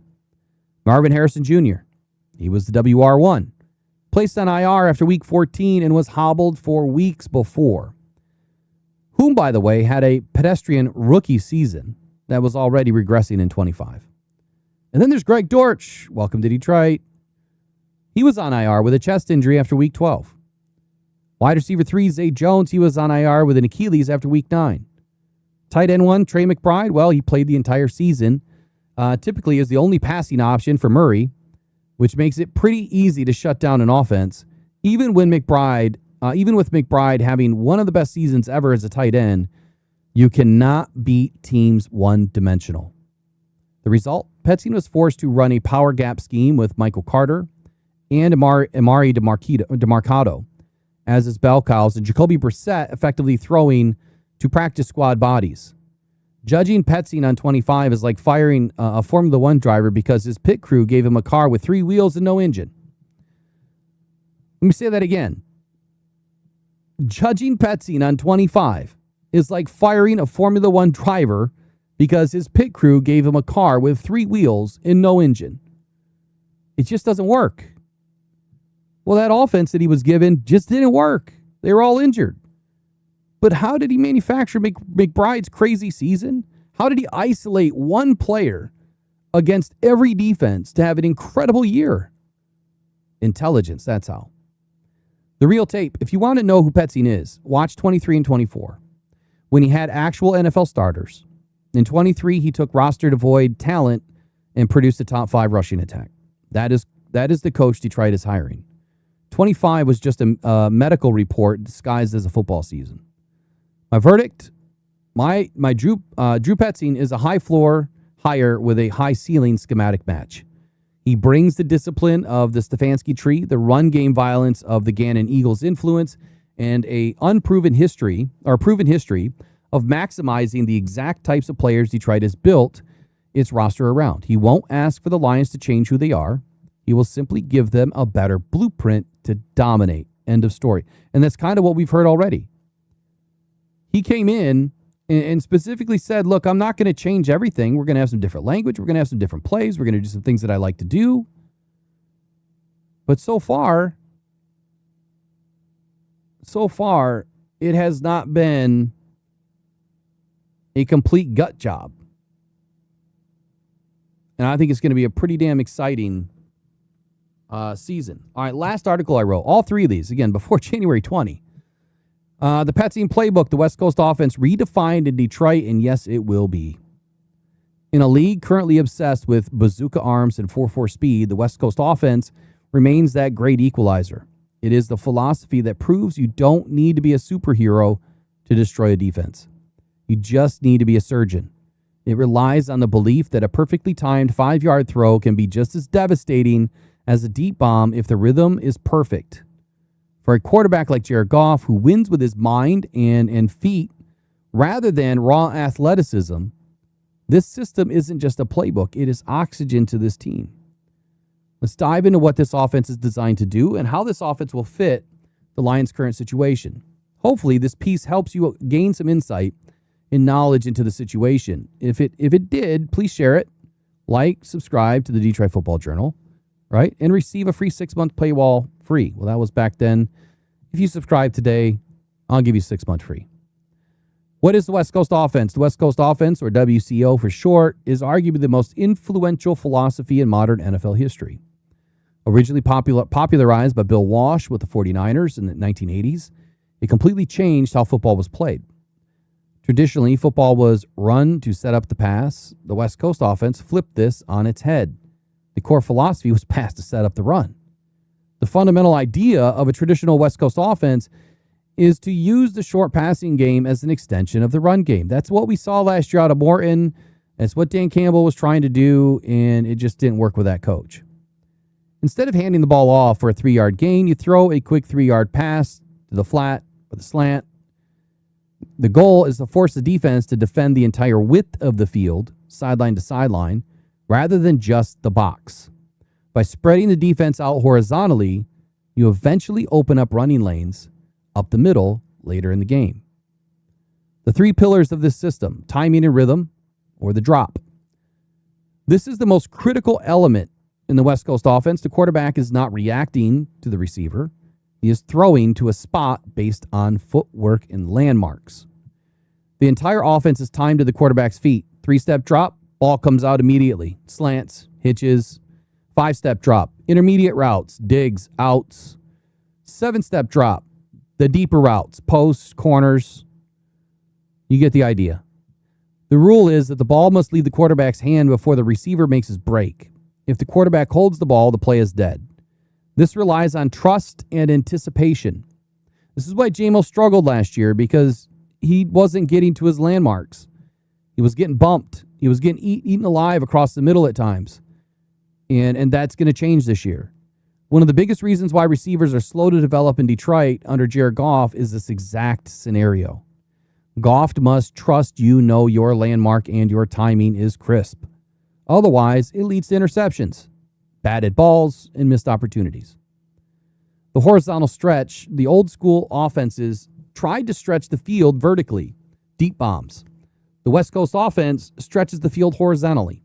It floods the zones with multiple receivers, called the triangle read. It forces linebackers to chase running backs and tight ends to the sidelines, which tires them out and creates gaps in the middle of the defense. Yak. This is where the Lions do their business, man. Because passes are short, often 5 to 8 yards in the air, the burden is on the receiver to create big plays. The West Coast offense receivers are drafted for their ability to run the ball after the catch. They catch the ball in stride on a slant or crossing route and turn a 5-yard pass into a 20-yard gain. Let me pause there. Remember, this was back in January. Who did the Lions draft? Kendrick Law. Why did they draft him? When Eric was reading me some of the stats, I'm like, that can't be right. There is just no way his average depth of pass was like 2 yards. But his yak was like 9 yards a catch. They brought in Kendrick Law for this exact reason right here.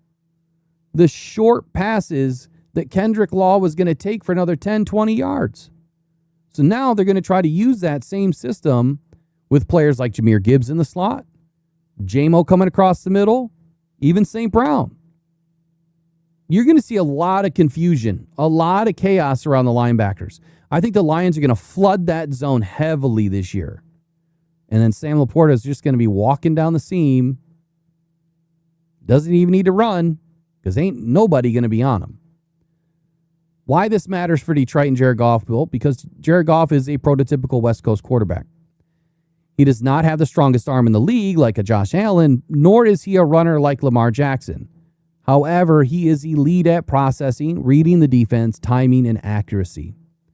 And I'm not saying he doesn't have an arm because Jared Goff absolutely has an arm. The West Coast offense protects the quarterback because the ball comes out fast. It negates the pass rush, which is another way you use scheme to stop a defense.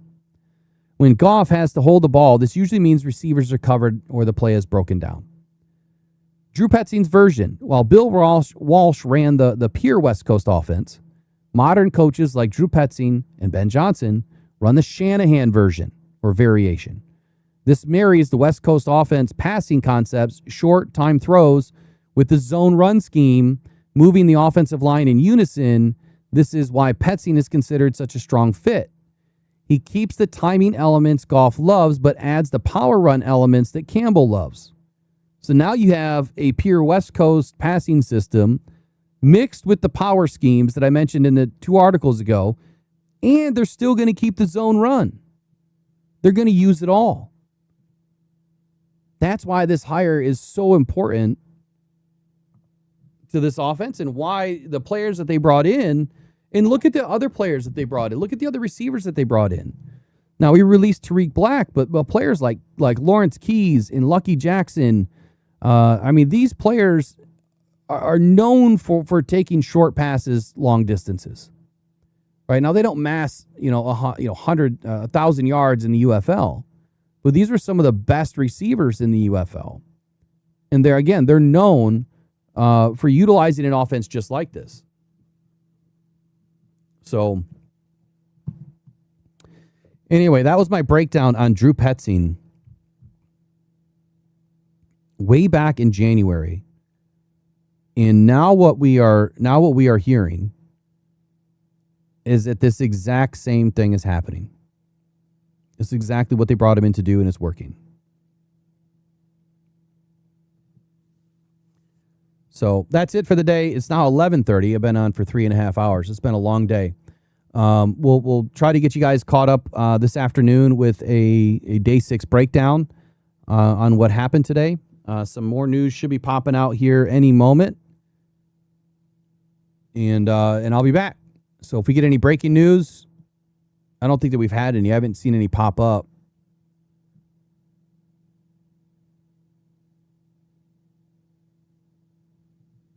Berksker has already been placed on reserved injured. They re-signed Zach Horton. It's the latest development that I see. Oh, my God, my allergies are crazy today.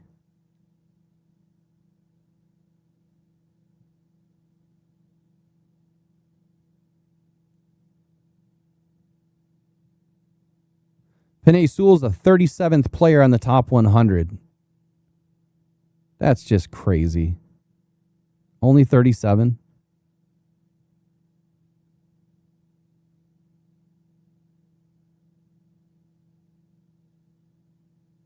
Ooh. Here's the Aiden.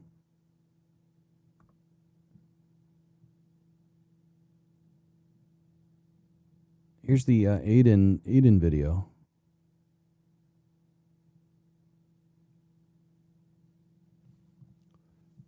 Aiden and Panay.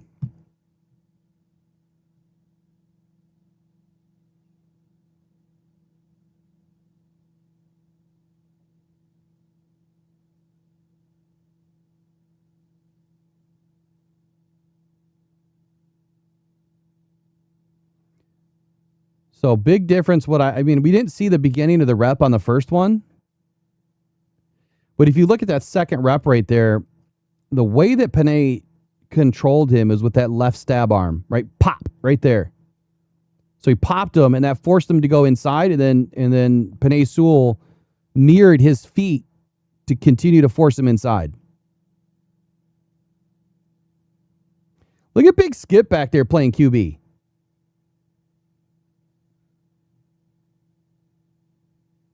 Skip's lost a lot of weight.